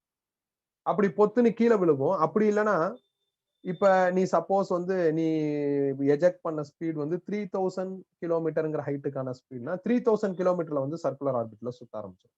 ஸோ இதுதான் நடக்கும். இது நான் உனக்கு சேட்டலைட்டோட ஃபர்ஸ்ட் கிளாஸ்லயே சொல்லியிருக்கேன். இப்ப இந்த கொஸ்டின்ல என்ன சொல்றாங்கன்னா, ஒரு சேட்டலைட் எர்த்த ரிவால்வ் பண்ணிட்டு இருக்கு சர்க்குலர் ஆர்பிட்ல அப்படின்னு சொல்லிட்டாங்க. ஒரு மேட்ரைட் விண்கல் மேல இருந்து வந்துகிட்டு இருக்கு. வந்து என்ன பண்ணிருச்சு அப்படின்னா சேட்டலைட்டோட மோதி 2 பேரும் சேர்ந்து சுத்துறாங்க அப்படின்னு சொல்றாங்க. இப்ப சேர்ந்து சுத்துறப்ப இவங்க சுத்துவாங்களா, இல்ல எலிப்டிக்கல் ஆர்பிட்ல சுத்துவாங்களா, இல்ல எஸ்கேப் ஆயிருவாங்களா அப்படின்னு கண்டுபிடிக்க சொல்லியிருக்காங்க. இப்ப நம்ம கொஸ்டின்குள்ள போவோம். ஒரு சேட்டலைட் ஆஃப் மாஸ் எம் அது சர்க்குலர் ஆர்பிட்ல என்ன பண்ணுது அப்படின்னா எர்த்த ஒரு பர்டிகுலர் ஹைட்ல ரிவால்வ் பண்ணிட்டு இருக்கு. அதுதான் first line. Meteoroid of the mass same mass அது வந்து எர்த்துக்கு வந்துகிட்டு இருக்கு. வந்த வேகத்துல அது சேட்டலைட்டோட மோதி இன்எலாஸ்டிக்கா மோதி இருக்கு. இன்எலாஸ்டிக்னா ஆஃப்டர் கொலிஷன் 2 பேரும் சேர்ந்து சுத்துறதா சொல்லியிருக்காங்க. கொலிஷனுக்கு முன்னாடி இவங்க 2 பேரோட ஸ்பீடும் ஈக்குவலா இருக்கு. ஆஃப்டர் கொலிஷன் இவங்க என்ன ஸ்பீட்ல சுத்துவாங்கன்னு தெரியாது. ஆனா 2 பேரும் சேர்ந்து சுத்துறாங்க. இப்ப 2 பேரும் சேர்ந்து எலிப்டிக்கல் ஆர்பிட்ல சுத்துவாங்களா, இல்ல அதே ஆர்பிட்ல சுத்துவாங்களா, இல்ல வந்து டிஃபரண்ட் ஆர்பிட்ல சுத்துவாங்களா, இல்ல வந்து இன்ஃபினிட்டி எஸ்கேப் ஆயிருவாங்களா அப்படின்னு கேட்டிருக்காங்க. அவங்க சொல்லியிருக்கிற கொலிஷன் வந்து இன்எலாஸ்டிக் கொலிஷன். இன்எலாஸ்டிக் கொலிஷன்ல எனர்ஜி லாஸ் இருக்கும். அப்ப இவங்க தனித்தனியா இருக்கிறப்ப ஒரு ஒரு நல்ல எனர்ஜில இருப்பாங்க. இப்ப சேர்ந்துட்டாங்கன்னா எனர்ஜி லாஸ் ஆயிரும். இன்எலாஸ்டிக் கொலிஷனை ரெஃபர் பண்ணுங்க. இன்எலாஸ்டிக் கொலிஷனோட பேசிக் கண்டிஷனே எனர்ஜி லாஸ் இருக்குங்கிறது. அப்ப இவங்க சுத்துற எனர்ஜி குறைஞ்சிருச்சுன்னா இவங்களால அந்த ஆர்பிட்ல சுத்த முடியாது. அதோட சின்ன ஆர்பிட்ல சுத்த ஆரம்பிச்சிருவாங்க. அப்படின்னா இப்ப இந்த கொஸ்டினுக்கு ஆன்சர் சி தான் கரெக்ட். அவ்வளவுதான். ஒண்ணு கீழே விழுகணும். கீழே விழுந்துரும் அப்படிங்கிற ஆப்ஷன் கொடுத்திருந்தா அதான் கரெக்ட். சோ கீழே விழுகாது. Circular orbit of different radius R lesser ரேடியஸ்ல சுத்துவாங்க அப்படின்னு நாம எடுத்துக்கலாம். சின்ஸ் இன்எலாஸ்டிக் கொலிஷன்ல we have energy loss. So இந்த ஸ்பீட்னா அதுக்கு ஒரு எனர்ஜி இருக்கும். எனர்ஜி லாஸ் நடந்துருச்சுன்னா இந்த ஸ்பீட் குறைஞ்சிரும். இந்த ஸ்பீட் குறைஞ்சிருச்சுன்னா அந்த ஹைட்ல சுத்த முடியாது. அதோட கம்மி ஹைட்ல தான் சுத்த முடியும். சோ அப்படின்னா இப்போதைக்கு இந்த கொஸ்டினை பொறுத்தவரையும் ஆப்ஷன் சி கரெக்ட். சோ அதை நான் எழுதியிருக்கேன் பாருங்க. Due to inelastic collision we have energy loss so that speed get reduced. So it follow a circular orbit of lesser radius. But lesserங்கிற வார்த்தை கூட அங்க இல்ல, டிஃபரண்ட் இருக்கு. அதனால நான் அதை பிக் பண்ணிருக்கேன். அவ்வளவுதான். It may fall down. அந்த ஆப்ஷன் அது இல்ல. ஹையர் ஸ்பீட்ல சுத்துது அப்படின்னா எனர்ஜி கெயின் நடந்துருச்சு அப்படின்னு சொல்லிட்டாங்கன்னா அப்ப ஹையர் ஸ்பீட்ல சுத்தும். அப்படி சுத்துனுச்சுன்னா எலிப்டிக்கல் ஆர்பிட்ல போகும். அந்த ஸ்பீட் எஸ்கேப் ஸ்பீடுக்கு ஈக்குவலா இருந்தாதுன்னா அது எஸ்கேப் ஆயிருக்கும். அதுக்கெல்லாம் இங்க வாய்ப்பு கிடையாது. எனர்ஜி லாஸ் தான் நடக்கும். Since it is inelastic collision. Inelastic கொலிஷன்ல எனர்ஜி லாஸ் இருக்கும். எலாஸ்டிக் கொலிஷன்ல தான் எனர்ஜி லாஸ் கிடையாது. நம்ம எலாஸ்டிக் கொலிஷன்லயும் எனர்ஜி லாஸ் இருக்கும். நம்ம சிலபஸ் படி எனர்ஜி லாஸ் கிடையாதுன்னு சொல்லுவாங்க. அதனால அந்த வார்த்தையை அதுக்கு தான் அண்டர்லைன் பண்ண சொன்னேன். அதை பேஸ் பண்ணி தான் இந்த கொஸ்டின் ஃப்ரேம் ஆயிருக்கு.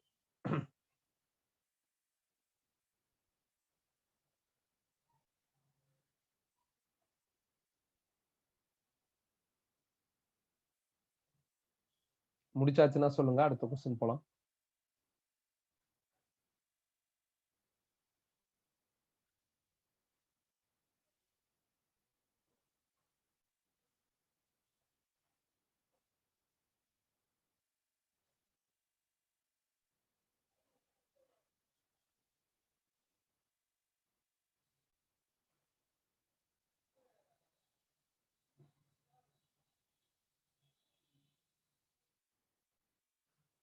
கம்ப்ளீட் தாப்பா.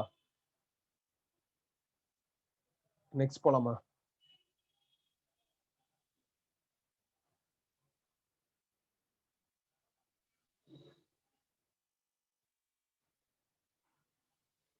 அடுத்து எழுதுங்க. The straight rod of length L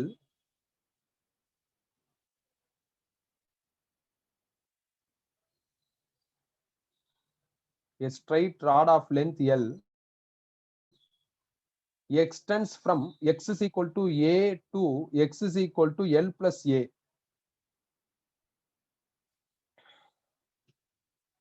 X is equal to a to x is equal to L plus a. The gravitational force it exerts on a point mass m at x is equal to 0.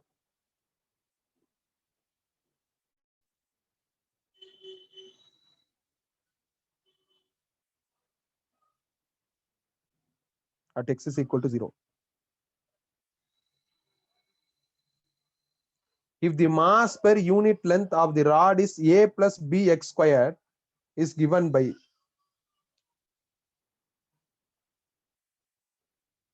If the mass per unit length of the rod is a plus bx squared is given by.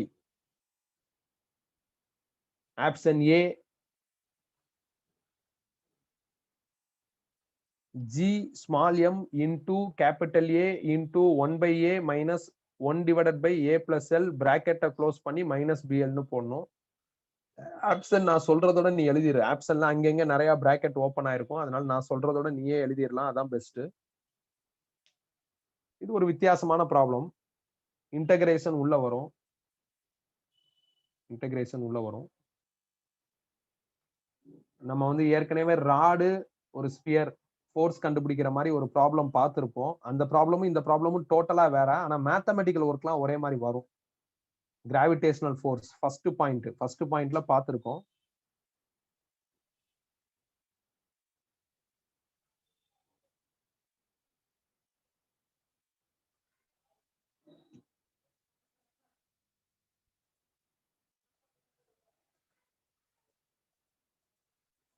Options எழுதியாச்சுன்னா சொல்லுங்க, நம்ம சொல்யூஷனுக்குள்ள போலாம்.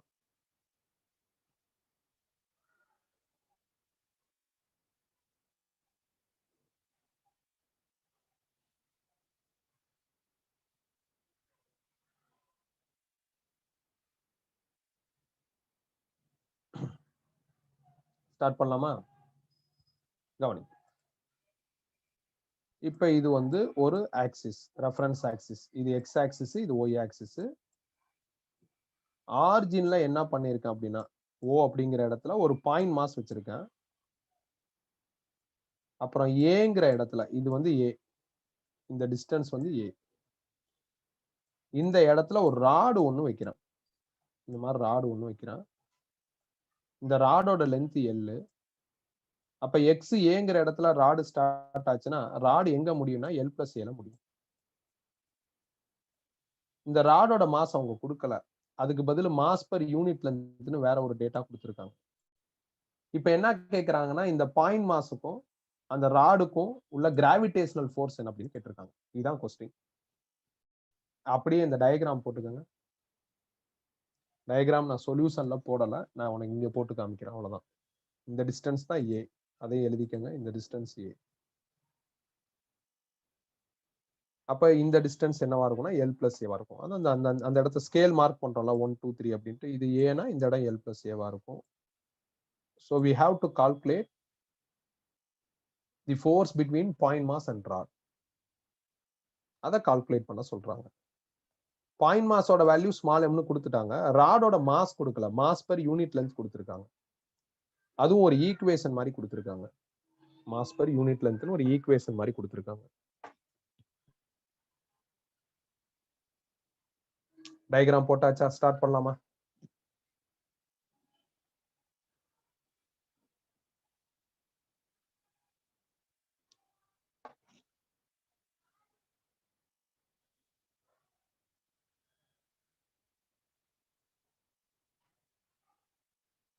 Diagram போட்டாச்சா? Start பண்ணலாமா?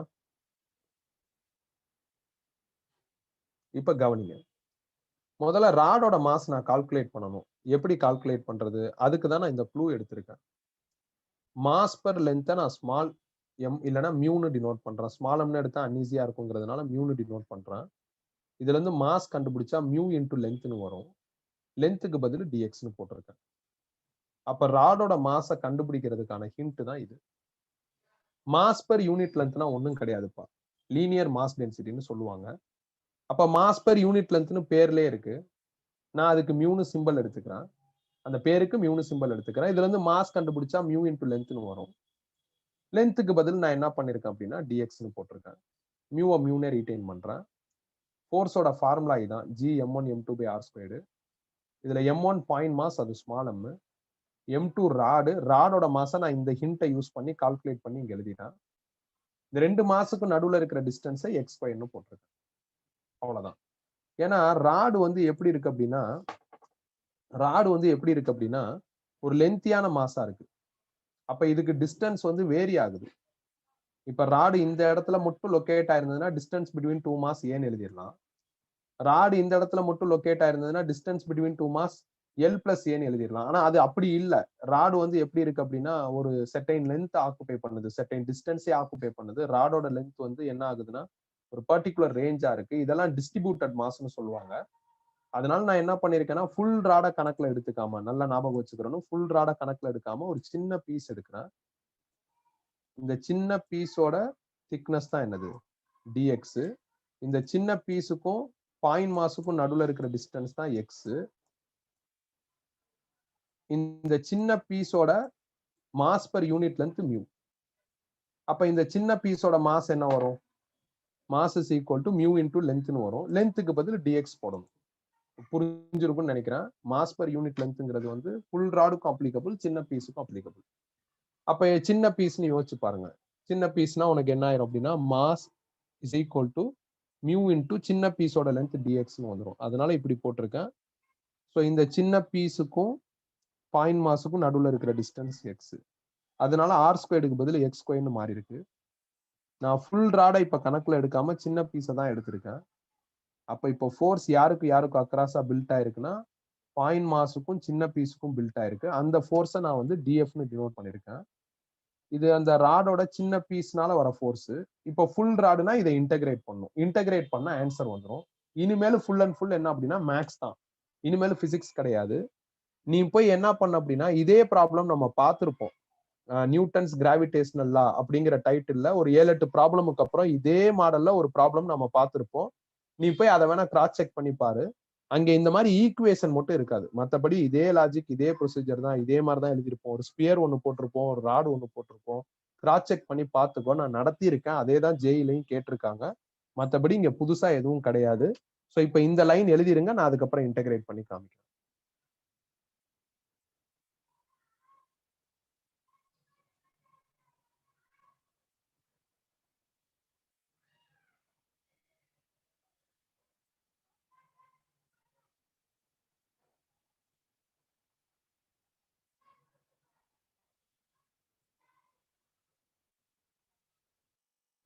அது எத்தனாவது ப்ராப்ளம்னு எனக்கு எக்ஸாக்டா ஞாபகம் வர மாட்டேங்குது. ஸோ நீ வந்து செக் பண்ணி பாரு. இப்ப நோட் வச்சிருந்தேன்னா மொதல் 10-13 ப்ராப்ளம் இதுல வந்து நம்ம ஒரு டைட்டிலுக்கும் ப்ராப்ளம் நம்பர் தனித்தனியா கொடுத்துருப்போம்.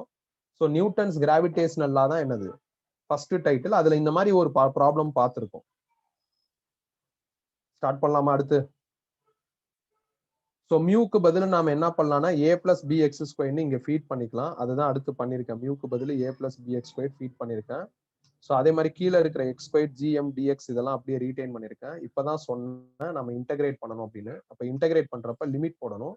ராடோட லிமிட் போடுங்க. ராட் வந்து ஏல ஸ்டார்ட் ஆகி ஏ பிளஸ் எல்லாம் முடியுது. அவ்வளவுதான் முடிஞ்சிருச்சு. அங்க நம்ம R to R plus L அப்படிங்கிற மாதிரி போட்டிருப்போம். செக் பண்ணி பாத்துக்கோங்க. இப்ப இதுல ஜிஎம் கான்ஸ்டன்ட் அதனால வெளியே எடுத்திருக்கேன். இதை டிவைட் பண்ணா ஏ பை எக்ஸ் ஸ்கொயர்னு வரும். எக்ஸ் ஸ்கொயர் மேல போயிருச்சுன்னா எக்ஸ் பவர் -2. இதை டிவைட் பண்றப்ப எக்ஸ் ஸ்கொயர் கேன்சல் ஆகி வெறும் பின்னு வரும். எக்ஸ் பவர் எம் இன்டகிரேட் பண்றதுக்கான ஃபார்முலா என்ன? X power m plus one by m plus one. அந்த ஃபார்முலாவை நான் என்ன பண்றேன்னா யூஸ் பண்றேன். அவ்வளவுதான். நான் இப்ப சொல்லிட்டேன் இது மேக்ஸ். உனக்கு இன்டகிரேஷன் நல்லா தெரிஞ்சுன்னா இந்த ஸ்டெப்லாம் கம்ஃபர்டபுளா இருக்கும். இல்லைன்னா அன்கம்ஃபர்டபுளா தோணும். இன்டகிரேஷனை மேக்ஸ் டீச்சர்கிட்ட கேட்டுப்படி நானும் உனக்கு ஏற்கனவே நடத்தியிருக்கேன். அதுவே பார்த்தா போதுமானதான். ஸோ இதை அப்ளை பண்ணா என்ன ஆகும்னா இந்த ரிசல்ட் வந்துடும். இந்த ஃபார்முலாவை x power m plus one by m plus one இந்த ஃபார்முலாவை அப்ளை பண்ணா a into x power -1 by -1 வந்துடும். அதுக்கப்புறம் வெறும் பி இருக்கு. வெறும் பிங்கிறது கான்ஸ்டன்ட். ஒரு இண்டிவிஜுவல் கான்ஸ்டன்ட்டை இன்டகிரேட் பண்ணா பக்கத்துல எக்ஸ் வந்துடும். எக்ஸால இன்டகிரேட் பண்ணா பக்கத்துல எக்ஸ் வரும். இதுல ஏ கூட கான்ஸ்டன்ட் தான். ஆனா அது மல்டிபிளிகேஷன்ல இருக்கு. எந்த மேக்ஸா இருந்தாலும் மல்டிபிளிகேஷன்ல இருக்கிற கான்ஸ்டன்ட்டா அப்படியே ரீடைன் பண்ணிக்கிறணும். இப்போ கொஞ்சம் சால்வ் பண்ணிட்டு லிமிட் போடுங்க. ஜிஎம் ரீடைன் பண்ணிக்கிறேன். இந்த ஜிஎம் ரீடைன் பண்றேன். -1 மேல கொண்டு போயிட்டேன். எக்ஸ் பவர் -1 கீழே வந்துருச்சுன்னா 1 பை எக்ஸ் ஆயிரும். பிஎக்ஸ் ரீடைன் பண்ணிருக்கேன். Limit A to A plus L. இதுக்கு வந்து அப்பர் லிமிட் அப்ளை பண்றேன். அப்ப எக்ஸ் இருக்கிற இடத்துல ஏ பிளஸ் எல் போட்டேன். லோவர் லிமிட் அப்ளை பண்ணணும். லோவர் லிமிட் அப்ளை பண்றப்போ ஒரு மைனஸ் போடணும். ஆல்ரெடி இதுல மைனஸ் இருக்கிறதுனால பிளஸ் ஆயிரும். லோவர் லிமிட் எக்ஸ் இருக்கிற இடத்துல என்ன பண்ணிட்டேன்னா ஏ போட்டேன். அதே மாதிரி இந்த போர்ஷனுக்கு அப்பர் லிமிட் அப்ளை பண்றேன். எக்ஸ் இருக்கிற இடத்துல ஏ பிளஸ் எல் போட்டேன். லோவர் லிமிட் அப்ளை பண்ணணும். அப்ளை பண்றதுக்குள்ள முன்னாடி ஒரு மைனஸ் எக்ஸ் இருக்கிற இடத்துல ஏ போட்டேன். ஸோ அப்ப எங்க எக்ஸ் இருக்கோ அங்க நீ என்ன பண்ணணும்? ஃபர்ஸ்ட் அப்பர் லிமிட் போடணும். அதுக்கப்புறம் எங்க எக்ஸ் இருக்கோ அதுக்கு லோவர் லிமிட் ஒரு மைனஸ் போட்டு போடணும். இதுல 2 போர்ஷன் இருக்கு. மொதல் போர்ஷனுக்கு நான் தனியாவும் 2வது போர்ஷனுக்கு தனியாவும் பண்ணிருக்கேன். நீ பல்காவும் பண்ணலாம், தனித்தனியாவும் பண்ணலாம். இந்த 2 போர்ஷன்ல ஏ காமனா இருக்கு. வெளியே எடுத்துட்டா இந்த ரிசல்ட் வரும். இதுல இதை உள்ள மல்டிப்ளை பண்றப்போ ஒரு பிளஸ் பிஎல் வரும். அப்புறம் வந்து ஒரு பிஏ ஒரு மைனஸ் பிஏ இருக்கு. அது கேன்சல் ஆகி எனக்கு வெறும் பிஎல்னு ஆன்சர் வந்துடும். அவ்வளவுதான். எழுதிக்கங்க. இது ஃபுல் அண்ட் ஃபுல் மேக்ஸ் பா. ஃபர்ஸ்ட் 2-3 லைன் தான் பிசிக்ஸ். அந்த ஃபர்ஸ்ட் 2-3 லைன்ல என்ன கான்செப்ட் இருக்கோ அந்த கான்செப்டை வச்சு ஏற்கனவே நான் கிளாஸ்லயே ஒரு ப்ராப்ளம் டிஸ்கஸ் பண்ணிருக்கேன். நீ கிராஸ் செக் பண்ணி பாரு. அதே மாடல் தான். இதுல ஒரு ஈக்குவேஷன் மாதிரி கொடுத்துட்டதுனால இன்டகிரேஷன் கொஞ்சம் பெருசா வருது. அதுல ஈக்குவேஷன் கொடுத்துருக்க மாட்டேன். அதனால இன்டகிரேஷன் சிம்பிளா இருக்கும். கிராவிடேஷனோட ஃபர்ஸ்ட் கிளாஸ் வீடியோ பாருங்க. அதாவது ஃபர்ஸ்ட் டைட்டில் பாருங்க. 2வது கிளாஸ்ல இருக்கும்னு நினைக்கிறேன். 2வது கிளாஸ் வீடியோல இருக்கும்.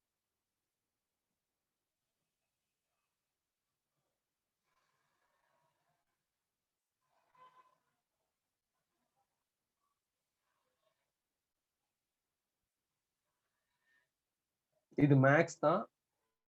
இதுல ஏதாவது steps புரியலனா which will shows the lagging of integration தான். இன்டகிரேஷனோட லாகிங் தான் அது காமிக்குதுன்னு அர்த்தம்.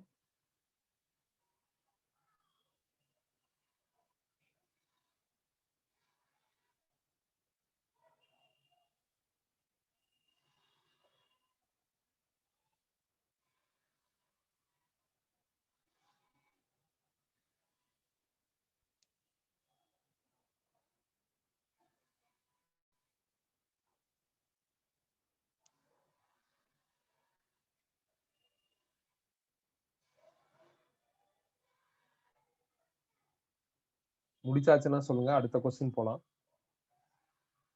இதை எழுதிருங்க. நான் கொஸ்டின் கடைசியா காமிக்கிறேன். ஏதாவது எழுதலைன்னா கொஸ்டின் கடைசியா காமிக்கிறேன்.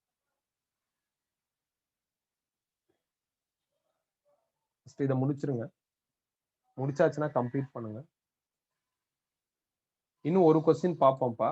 ரிமைனிங் கொஸ்டின்ஸ்லாம் நான் சொல்யூஷனோட உனக்கு டாக்குமெண்டா அனுப்பிச்சு விடுறேன். நீ பாரு, உனக்கே புரியும். நம்ம எல்லாம் அதே மாடல்ல நம்ம எல்லாமே டிஸ்கஸ் பண்ணிருக்கோம். ஒன்னும் புதுசாலாம் வரல. எதுவும் புதுசாலாம் வரல. அதாவது இப்ப இதுவரை நான் எந்த இடத்துலயும் புதுசா ஒரு பாயிண்ட் அப்படின்னு நான் சொல்லவே இல்லை பாருங்க. அப்படின்னா நம்ம எல்லா பாயிண்ட்ஸும் படிச்சிருக்கோம். எல்லாத்தையும் நாம ஸ்பிளிட் பண்ணி 8 டிவிஷனா படிச்சிருக்கோம்.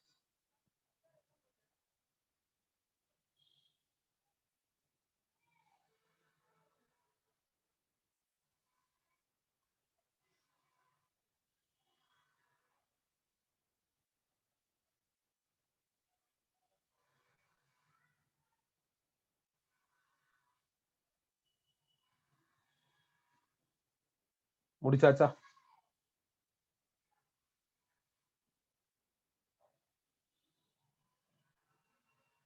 கம்ப்ளீட்டடா? கம்ப்ளீட்டடா? கம்ப்ளீட் பண்ணியாச்சா?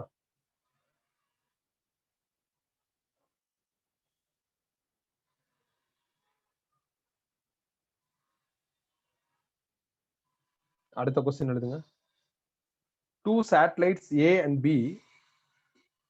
have masses m and 2m respectively. Have masses m and 2m respectively. A is in a circular orbit of radius capital R, and B is in a circular orbit of radius 2r around the Earth. Around the Earth. The ratio of their kinetic energies Ta by Tb is. The ratio of their kinetic energies Ta by Tb is. Option A 1, option B 2, option C root of 1 by 2, option D 1 by 2. ரெண்டு satellite AB, ஒரு satellite ஆறுங்கிற ரேடியஸ்ல சுத்துது, இன்னொரு satellite 2r ரேடியஸ்ல சுத்துது. Kinetic energy ratio கேட்டிருக்காங்க. One line question இது. Kinetic energy of satellite நம்மள்ட்ட formula இருக்கு. அந்த ஃபார்முலாவை யூஸ் பண்ணி ஆன்சர் ஈஸியா எடுத்துடலாம். ஸ்டார்ட் பண்ணலாமா? எழுதியாச்சா?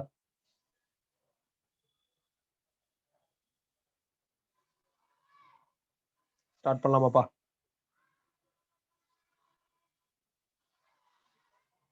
சரி, கவனிங்க. கைனடிக் எனர்ஜி ஆஃப் சேட்டலைட்டுக்கு என்ன ஃபார்முலானா G capital M small m by 2 times of orbital radius.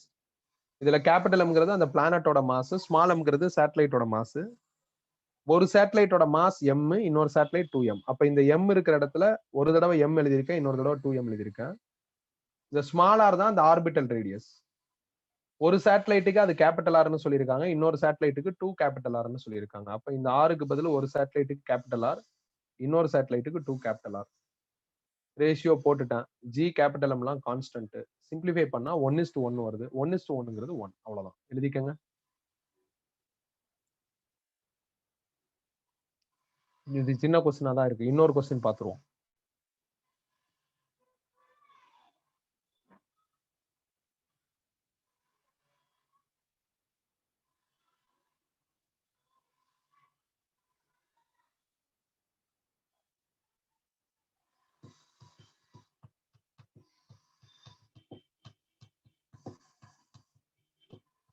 முடிச்சாச்சா?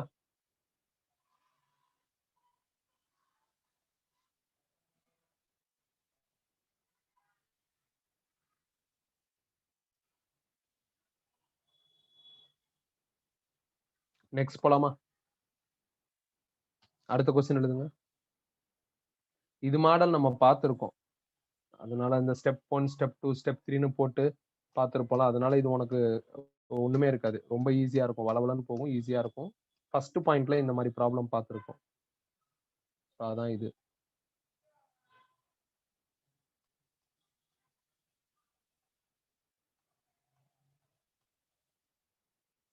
எல்லாமே ஒரே மாடல் தான்ப்பா வரும். ஒன்னும் வித்தியாசமா இருக்காது. நான் உனக்கு அனுப்பிச்சு விடுறேன். இது எழுதுங்க. எல்லாமே ஒரே மாடல் தான் இருக்கும். புதுசா எதுவும் இருக்காது.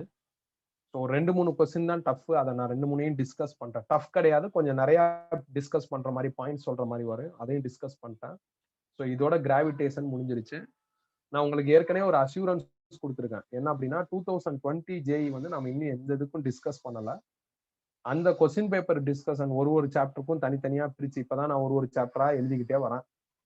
ஹையராக்கி பேஸ்ல எழுதிக்கிட்டு இருக்கேன். எனக்குன்னு ஒரு ஹையராக்கி, அதை பேஸ் பண்ணி முடிச்சுக்கிட்டே வரேன் ஒண்ணு. அதை நாம என்ன பண்ணுவோம்னா நம்மளோட ரெகுலர் கிளாஸ்ல ரிவிஷனுக்கு யூஸ் பண்ணிக்கலாம்.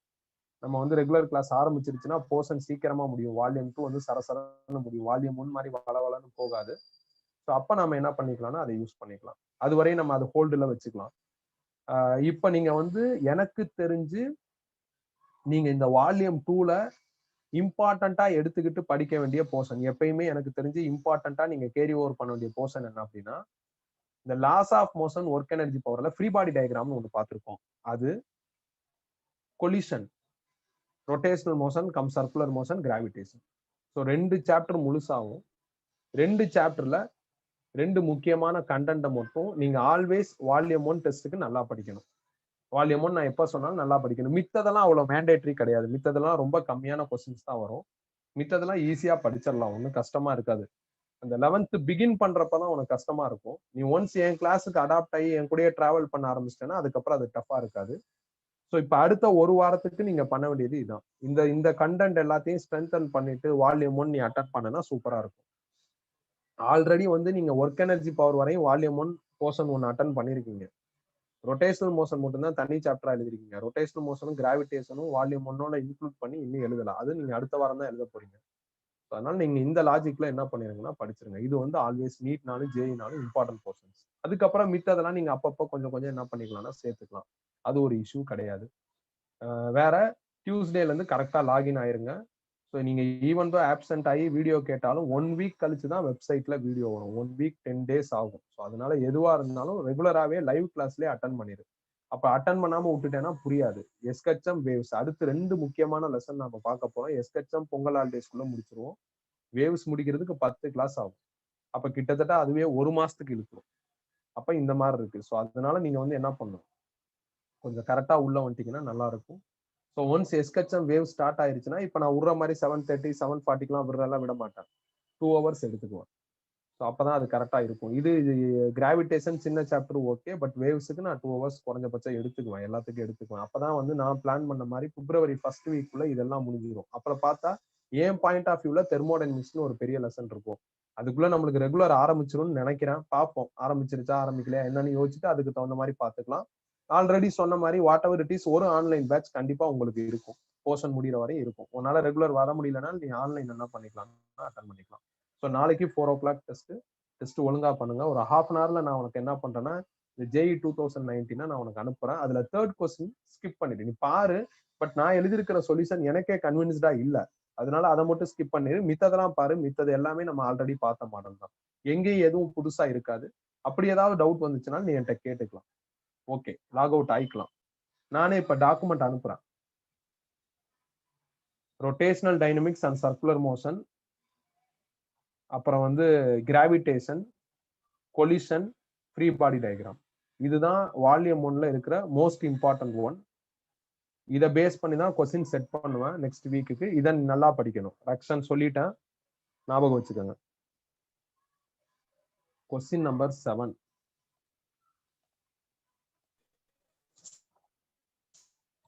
நாளை சார் மண்டே ஸ்கூல் எக்ஸாம் இருக்கு சார். ஆஃப் எக்ஸாம் தயானந்தா, என்னைக்கு முடியுது ஸ்கூல் எக்ஸாம்?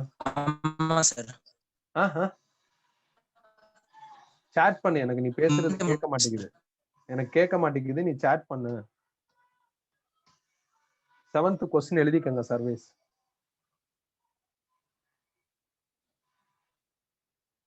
அப்ப மண்டே ஈவினிங் எழுதிரு. டியூஸ்டே ஈவினிங் எழுது. தயானந்த், டியூஸ்டே வந்து நம்மளோட அந்த கிளாஸ் முடிச்சதுக்கு அப்புறம் எழுது. டியூஸ்டே படி. டியூஸ்டே ஈவினிங் டெஸ்ட் எழுதி கொடுத்துரு.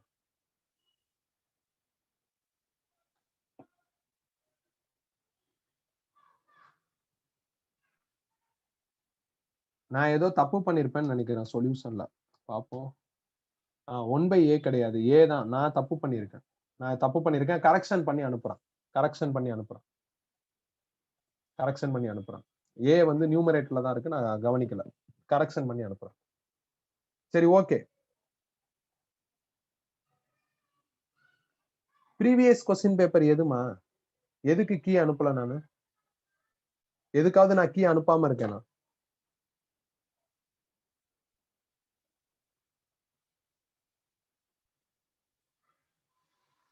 நான் செக் பண்றேன். அனுப்பலைன்னா நான் அனுப்பிச்சு விடுறேன். ரொட்டேஷனல் டைனமிக்ஸ்க்கு அனுப்பலையா? சரி, அனுப்பிச்சு விடுறேன். நான் அனுப்பிச்சு விடுறேன்.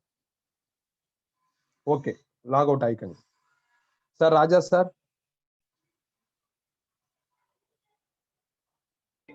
சார் சொல்லுங்க சார். க்ளோஸ் பண்ணிடலாம். Thank you sir. பார்த்து